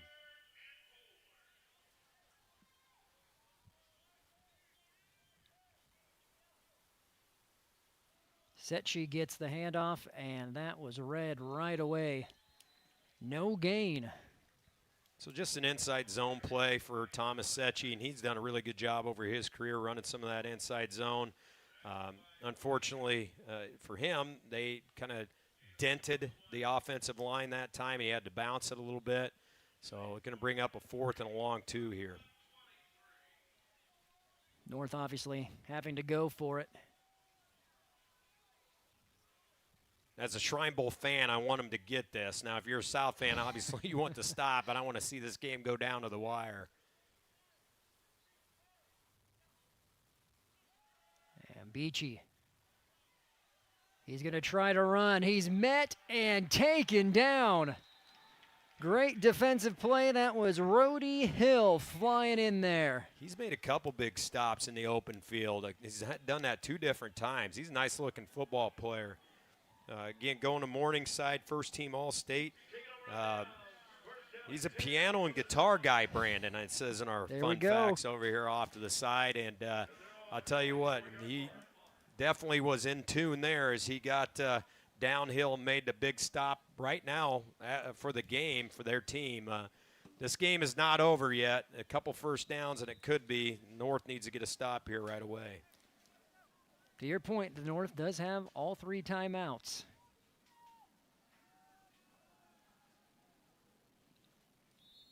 Well, they're going full house. 2 tight ends, 3 backs in the backfield, and they're just running off tackle right now. So Coach Opfer is going to try and get this clock milked down as much as he possibly can. They are going heavy personnel, so they've got their big backs in the backfield. Stolpe from Aurora's in there. Number 43, Merrick Johnson, is going to be a lead back. And then they've got Marcus Nelson back there dotting the I in that pistol. And so they've got 2 tight ends, 2 big backs, and they're going to try and get as much yardage as they can here. Try to get this under 2 minutes. High snap. And it's completed. Okay, they said he went out of bounds, but my goodness, what a play, Coach. Break that down. Well, I just got done saying they're going to try and get this clock milk under 2 minutes, and Coach Opfer says, now we're going to run play action pass out of heavy personnel, and we're going to get our tight end downfield a little bit, and we're going to throw the ball to him, and we're going to take a big chance. So bad snap. They end up shaking loose off the bad snap, kind of a broken play, and they were able to get the first down just right at 2 minutes here. Nolan Asher made the catch, and I thought for a second they called him out of bounds, but it was no clock stop for the first down. So clock continues to run. The North, though, with 3 timeouts. At this point, you can't let them get another first down. If you want to get the ball back, there's about 5 from Nelson. And we get a timeout here, Brandon.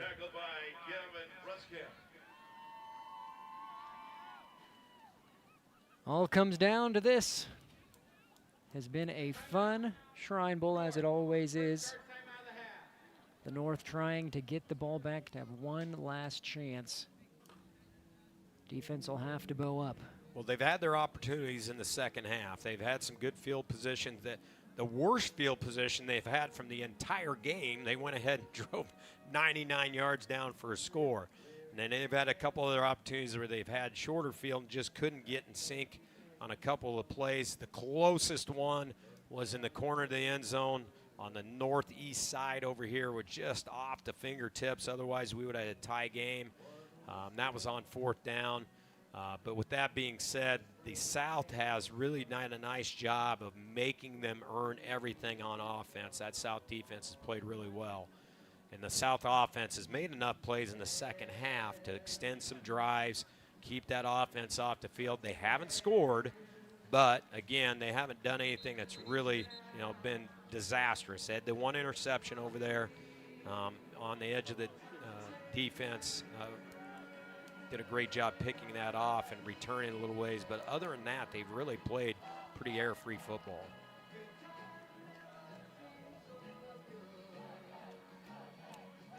Second down and 6. Coach, how do you go about defensively trying to make sure you don't give up a first down here? What do you need to do? Well, you got to shut down the middle first, and then hopefully it bounces a little bit.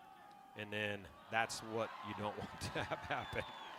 You want to try and bounce a play and string it out as much as you possibly can. Usually it's going to be a downhill run. If it's a perimeter edge play, you just got to run to the football, and hopefully you're going to play strong enough where you can get the stop. Unfortunately for that North, they just weren't able to do that there. Unfortunately for the South, they did exactly the way the play was designed. And Marcus Nelson doing what Marcus Nelson does, is run downhill. And he did a great job of breaking a nice little run there to get that first down. Odd significantly against the North now. Play clock at 5. And Nelson, look out. Bounces it outside, heads up play to go down in bounds. And we got a veteran football player, definitely, right? He don't want to run out of bounds and stop that clock. He gets the yardage he needs, and he tries to go down the best he can in bounds there. Nice run by him. 2 of his biggest runs of the day as he nears 20 carries. He's just been a workmanlike performance. Hadn't broken off a ton of big ones until when they mattered most, but did the damage that he needed to do.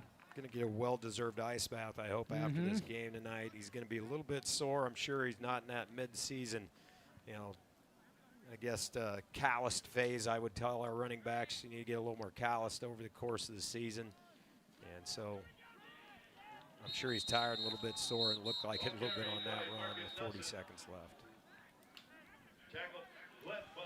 And we can't forget he started the scoring with that pass. Pitch to Nelson. Nelson chucks it up for about a 50-yarder to Bryce Lakers. That was way back in the first. He's had one heck of a game. As the South very much looking like they'll come out victorious 14-7 in this one. We have a timeout on the field. We'll take a quick one as well. We'll come back and wrap things up here from Kearney. 14-7, South leads. When quality matters, it starts at Scotty's Ranchland Foods in Valentine. They're known for the highest quality beef, carefully aged to perfection, alongside fresh, vibrant produce, and a deli famous for fresh, never frozen fried chicken. It's quality you can see. Home of Scotty's Meat RX. Scotty's Ranchland Foods in Valentine, Nebraska. A better cut every time. All right, welcome back. South team getting ready to put this one on ice.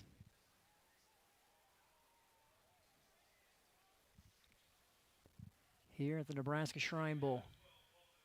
Victory formation. Well, the best formation in football if you're the winning team, and it's the most helpless feeling if you're on the other side. I don't care if it's a Shrine Bowl. I don't care if it's a regular season game. I don't care if it's a playoff game, whatever it may be. 2 definitely different feelings on the side of that formation. But I thought both teams really played outstanding second half. And I think the North really could have went into a shell. They came out, fired up, and really did a nice job of making a game here in the second half. Had their opportunities, just couldn't get it done. And again, hats off to that South team. Coach Opfer's team really executed at a high level, especially in the first half. I thought they were really in sync, really locked in the game plan, and just did a great job executing both offense, defense, and special teams. Well, Coach, as this one pretty much comes full circle one more time to remember, yes, it's about the game. It's wanting to win, but like you hear all week, like you hear in the build-up to this game, it's more than that. It's for the cause. It's for the relationships. These players will remember this week, this experience, and their teammates for the rest of their lives. Some of them becoming lifelong friends because of this experience. Yeah, honestly, within the last year, I've texted different players that I had the opportunity to coach back in 14. I communicated with a couple this year from the 22 or 21 Shrine Bowl team, communicated guys on 23 team. So I had an opportunity to coach in 3 of these. They're very special memories, memories these kids will never forget, and just very fortunate to still be a part of it up here in the broadcast booth with you, Brandon. Well, it was an absolute pleasure as the clock officially hits 0. Your final score in the 68th Annual Nebraska Shrine Bowl, 14-0. The South, or 14-7 rather, the South team gets the victory over the North. An entertaining game all around, and we're not done here just yet. Stay with us. We'll be back with our post-game show. We'll hear from Coach Opfer. We'll hear from our offensive and defensive MVPs. And we'll also recap all of the action with our top play segment. Stay with us. Your final here in Kearney, 14-7 South. Nebraska is the getaway you never knew you needed. With comfortable, premium lodging, eclectic shopping, and a variety of locally owned craft food and drink options, Kearney has something for everyone. By day, you'll find rich history, outdoor adventure, and some of America's most unique attractions. And by night, our many entertainment options, dazzling performances, and unique hangouts offer the perfect way to unwind. Visit Kearney. It's so much more than just in the middle. Your future is a success story waiting to be written. You need a college that can keep up, and that's in step with your goals. Northeast has it all, like cutting-edge classrooms, an amazing campus, a full college experience at an unbeatable value, and support to put your high-paying career on the fast track. Here, the sky has no limit. So come explore one of America's top-rated community colleges. Onward, upward, Northeast.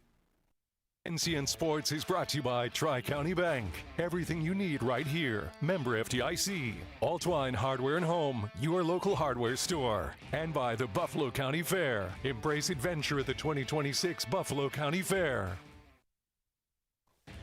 NCN Sports is brought to you by the J Sports Bar and Grill. Nothing but good times at the J located in Albion. Farmers Union Co-op supply of Clarkson, Howells, and Stanton. And by Beatrice Public Schools. My name is Langston Christensen. I'm from Hardington, Nebraska. My faith has really let me open opportunities for myself just because I put my trust in God's plan. And that has really allowed me to free myself of anxieties and fears and stage fright and sort of let go of my ego and what people are going to think about me and let God. Visit with your local priest or pastor. A simple conversation can be the first step to discover the peace that comes from faith. There's a new tomorrow on the other side of the horizon. There are houses to make into homes, businesses to be built, and friendships to enjoy. Someday's gonna be one day soon. Build your tomorrow with a bank you can rely on. Pinnacle Bank, the way banking should be.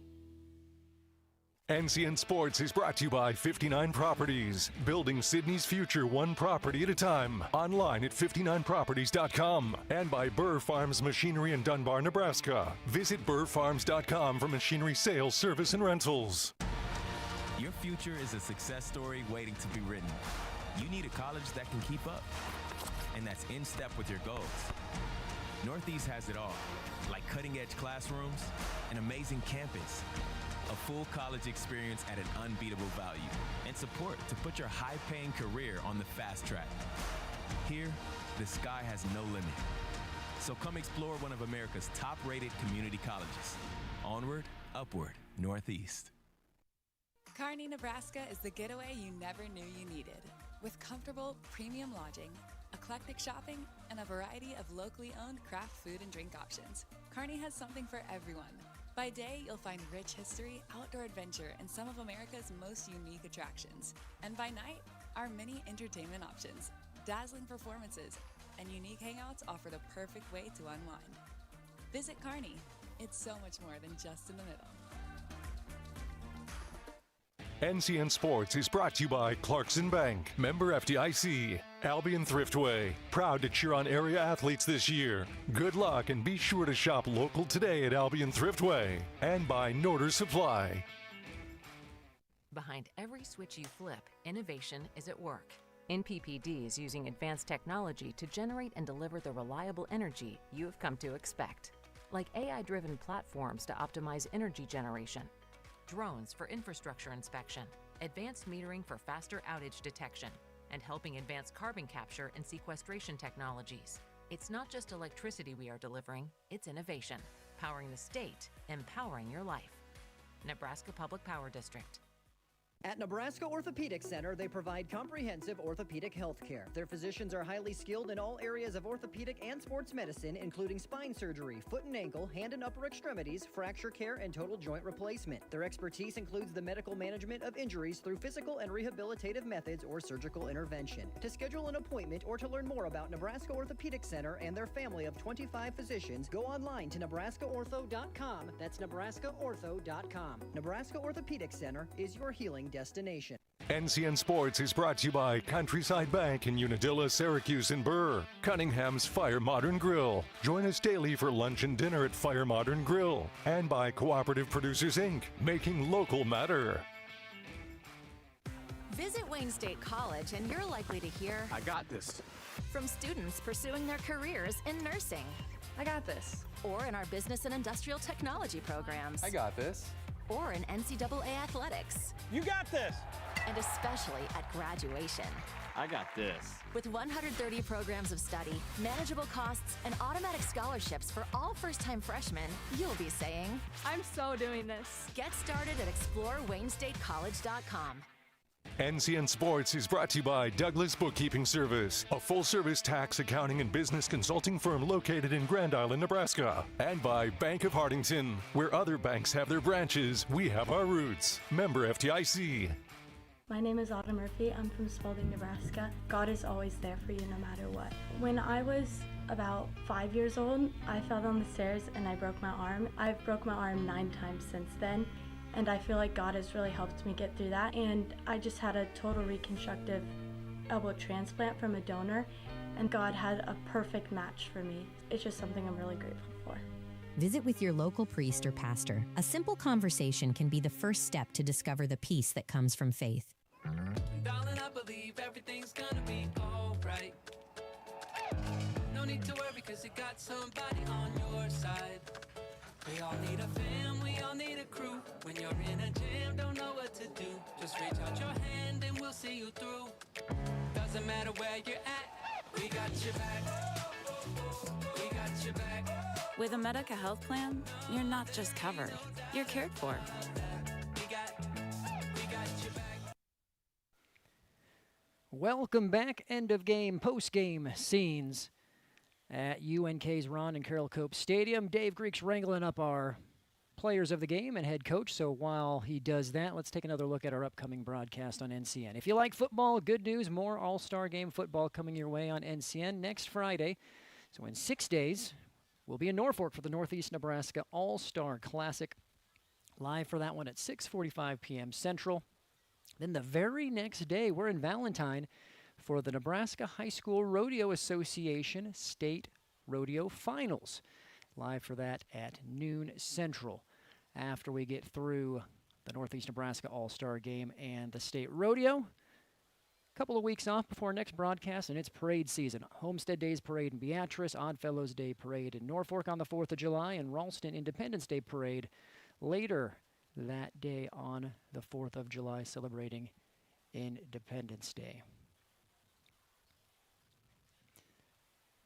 So, Coach, I see that we have one of our players wrangled up by Dave, as we also would like to remind you to be aware of and follow, like, subscribe if you haven't to any and all of these. NCN Sports Now on Facebook, NCN Sports on X, and NCN Sports on Instagram, and YouTube, News Channel Nebraska. We will have this thing posted, and it actually was live on YouTube, so if you wanted to go back now and rewatch everything this instant, you could. But we put all of our sports broadcasts and streams to our YouTube channel as well. We have seen some of these stats, Coach, and we don't want to give it away yet because Dave is about to have our first defensive MVP, but impressive stuff by the two people we'll be talking to, and very rewarding and deserving of their MVP honors that they've been given. Well, I love to see when effort gets rewarded, and both these kids gave tremendous effort today.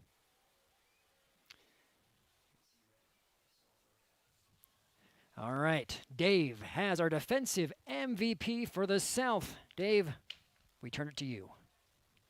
Nebraska, stand up. Rody Hill from Hershey. Yes, sir. How you feeling right now? Hey, I feel great. You know, adrenaline's up. Had a great game. South on top.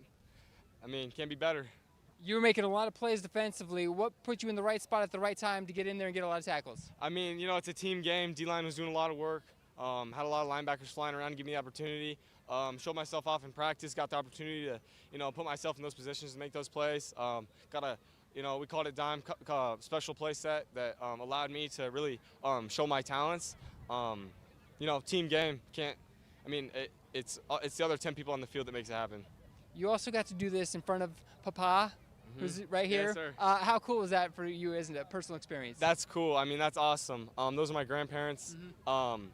You know, to see them here is awesome. They show up, you know, every time I got something going on, games, big game like this, they're here watching me. To be able to show out in front of them and, you know, do what I know I can do, it's a wonderful opportunity. You also got the chance to put Mason up in the air Yes, after sir. you guys got the victory. Yeah. He was your co-captain. What did it mean to be able to do that and to be able to participate for the kids? Yeah, you know, that was really that's a huge part of this. It's way more than a game. You know, it's kind of cliche, but really throughout my week here, I've realized that. Hearing the heartfelt stories, it really opens your eyes. Mason is a wonderful kid, and he deserves the world. But to be able to go out there and represent South and Mason, and, you know, be able to lift him up on top of the world, you know, he deserved it all. I mean, you know, I love that kid to death. I don't even know him. I've talked to him a couple of times. That's why I came here, you know, for that moment right there. That was really special. I consider you a ball hawk, so you and I are going to go track down Canon Allen and coach. Yes, sir. You down for it? Let's do it. We'll be right back after this. NCN Sports is brought to you by Dustin White Irrigation. Your operation can't shut down, that's why we never do. Trusted Community Development, the economic heart of Western Nebraska. And by Ord Sports Chiropractic and Wellness, putting you back in the field. Anything for the floor, O Street Carpet has it and more. From little feet to little paws, to updates and overhauls. From soft and cozy to durable and resilient. From something that blends in or something that's different. From DIY to custom install, O Street Carpet can help you with it all. Whatever your needs are for the floor, O Street Carpet has it and more. Your future is a success story waiting to be written. You need a college that can keep up, and that's in step with your goals. Northeast has it all, like cutting-edge classrooms, an amazing campus, a full college experience at an unbeatable value, and support to put your high-paying career on the fast track. Here, the sky has no limit. So come explore one of America's top-rated community colleges. Onward, upward, Northeast. There's a new tomorrow on the other side of the horizon. There are houses to make into homes, businesses to be built, and friendships to enjoy. Someday's gonna be one day soon. Build your tomorrow with a bank you can rely on. Pinnacle Bank, the way banking should be. I spend with purpose because I bank with purpose at Liberty First Credit Union. With my Liberty Plus checking account, I can earn extra cash just for spending on everyday things, like groceries, online or in-store purchases, and lunch. At Liberty First, anyone can join, so start earning money to spend on the things you love. Start banking with purpose. Start banking with Liberty First Credit Union. NCN Sports is brought to you by Heritage Homes of Omaha on Highway 50 in Springfield. Visit heritagehomeofomaha.com or call 402-894-5512 for your custom design dreams. And by Dover Realtors, guiding you home since 1906. Hey, it's me, one of those students on the waiting list for a teammate's mentor. I've heard teammates is so fun and awesome. You get to talk, laugh, play games, and hang out with a positive, caring adult once a week at school. Teammates help students believe in themselves, and 97% of mentees are proud to be a part of it. I'd love to be one of those mentees, but we need more mentors. So if you got an hour a week to be someone a student like me can count on, go to teammates.org today. Join the team. Be a mentor. When I was about 12 years old, I had lost my best friend to suicide. But I think at some point in most of our lives, we fall into these valleys. And certainly when we're in these dark valleys and we're looking for light, faith is everything. Especially when you don't feel you have the strength, you have this opportunity to surrender it. And so just remember that other people are going through this. Let them know they're loved. If anxiety, addiction, or hopeless thoughts feel overwhelming, text HOME to 741-741 for support. NCN Sports is brought to you by MNB Bank. There is a difference. Highline Cooperative, committed to you. And by McKinney Manufacturing and Sales in Mitchell, Nebraska. At first, I was really nervous and intimidated to buy a ring. My experience at Starter Heyman was very easy. I felt like I walked out with the ring that was going to make her go wow and say yes. I love my ring. It is so beautiful. I get compliments on it all the time. I always tell them Starter Heyman. I love it. Yeah, we would definitely recommend Starter Heyman. We're definitely coming back in the future. We have a wedding band to buy. So. We do, yes, the wedding bands. We'll be back for that. Starter Heyman Jewelers, downtown 12th and O, South Point Pavilions, and Grand Island. We have tracked down the offensive player of the game, the MVP, Canon from Aurora. The name might sound familiar. No, he's not a biological sibling to Austin. You're a cousin. Cousin, yep. Not as tall as him either, but. Few are. I might have that going for me. Hey, you had 5 catches, 68 yards. We'll call it the game-winning touchdown because technically it was, even though it was in the second quarter.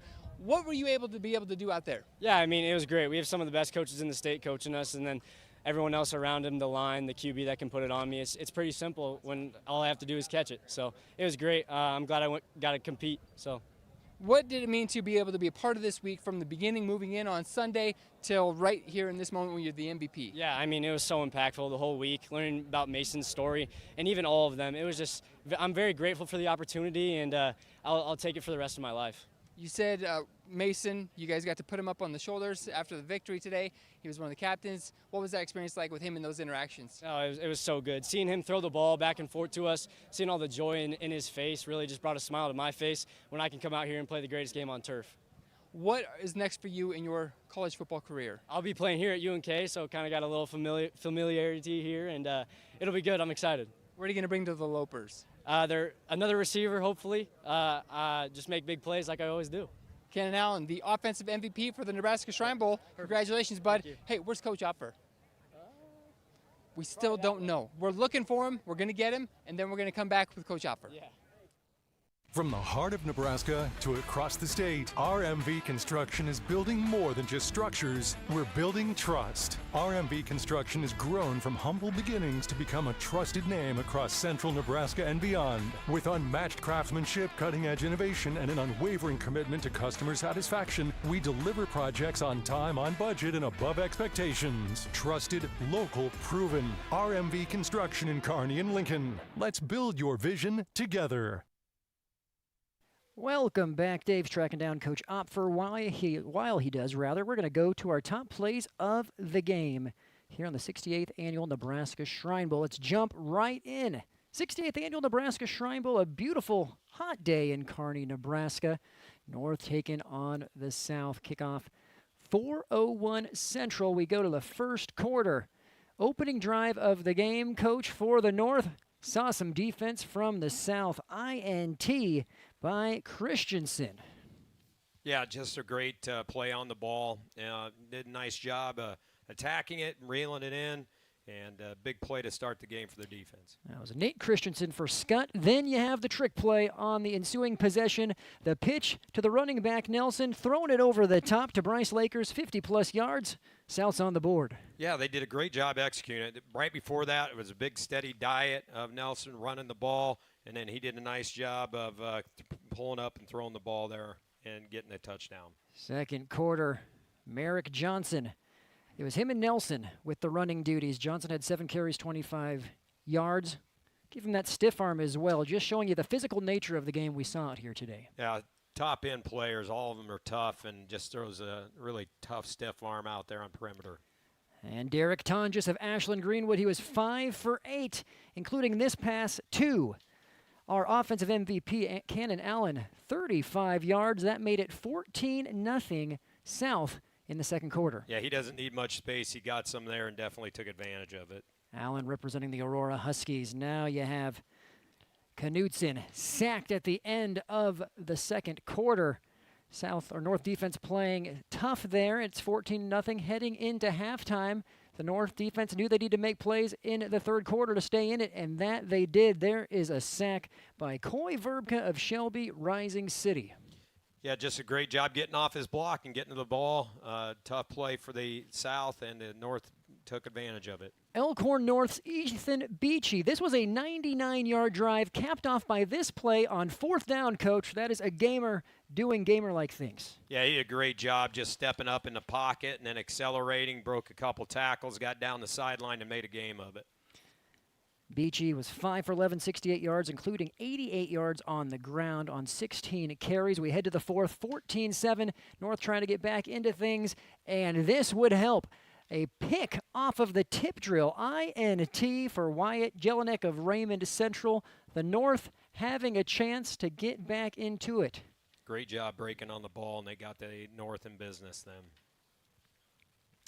But the South defense would be too much. They would get the ball back, and it would be Marcus Nelson icing things for this game. He had 20 total carries, 70 yards, including that passing touchdown. The South holds on, keeps the North at bay. Your final score, 14-7 South. With that, we have found Coach Opfer. Dave Greek is standing by. Let's go downfield side one last time.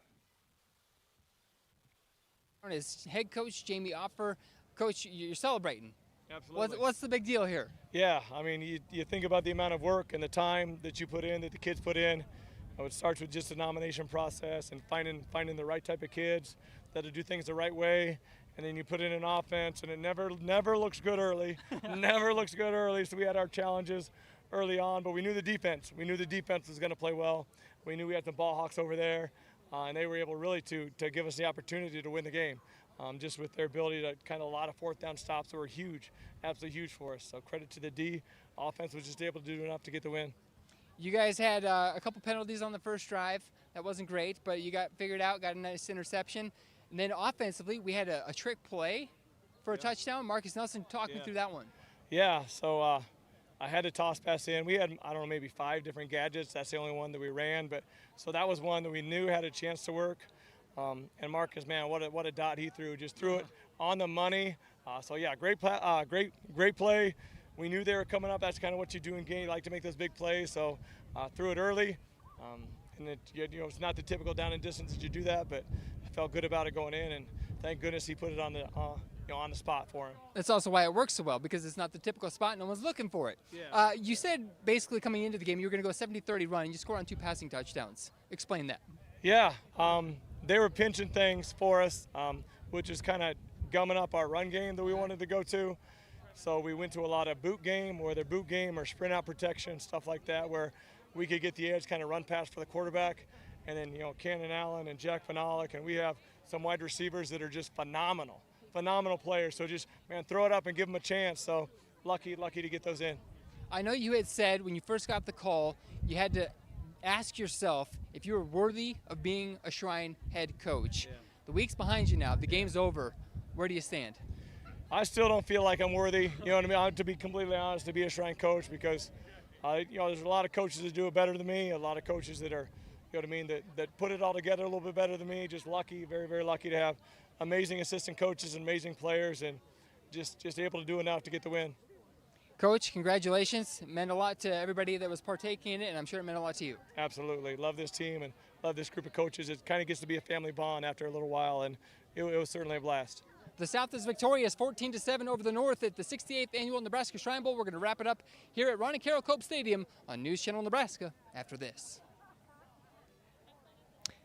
Thank you, Dave, and congratulations to the entire South team for their victory, and our offensive and defensive players of the game brought to you by Buffalo County Fair.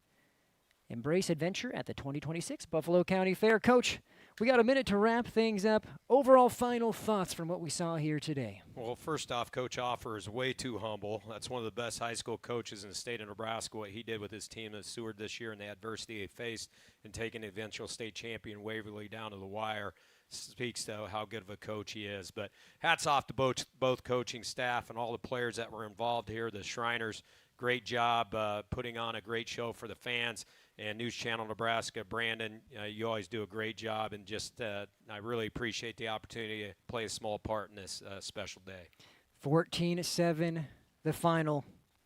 That'll do it here from Ron and Carol Cope Stadium. Special shout-out to our terrific production team, Danny Alvarado, Paul Hires, Connor Luby, our amazing camera operators, bringing you these shots of the amazing football game we got to see here today in Kearney, Nebraska. North versus South, dancing clowns, touchdowns, great defense, high school football in the summer.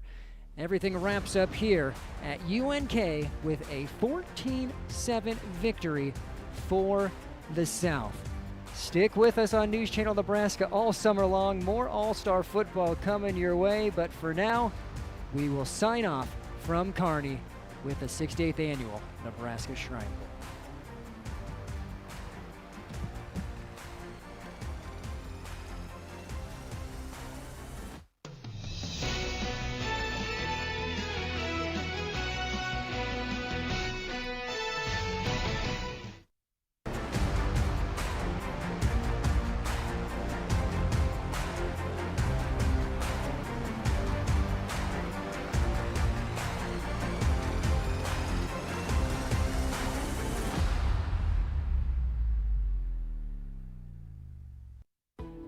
We now join regular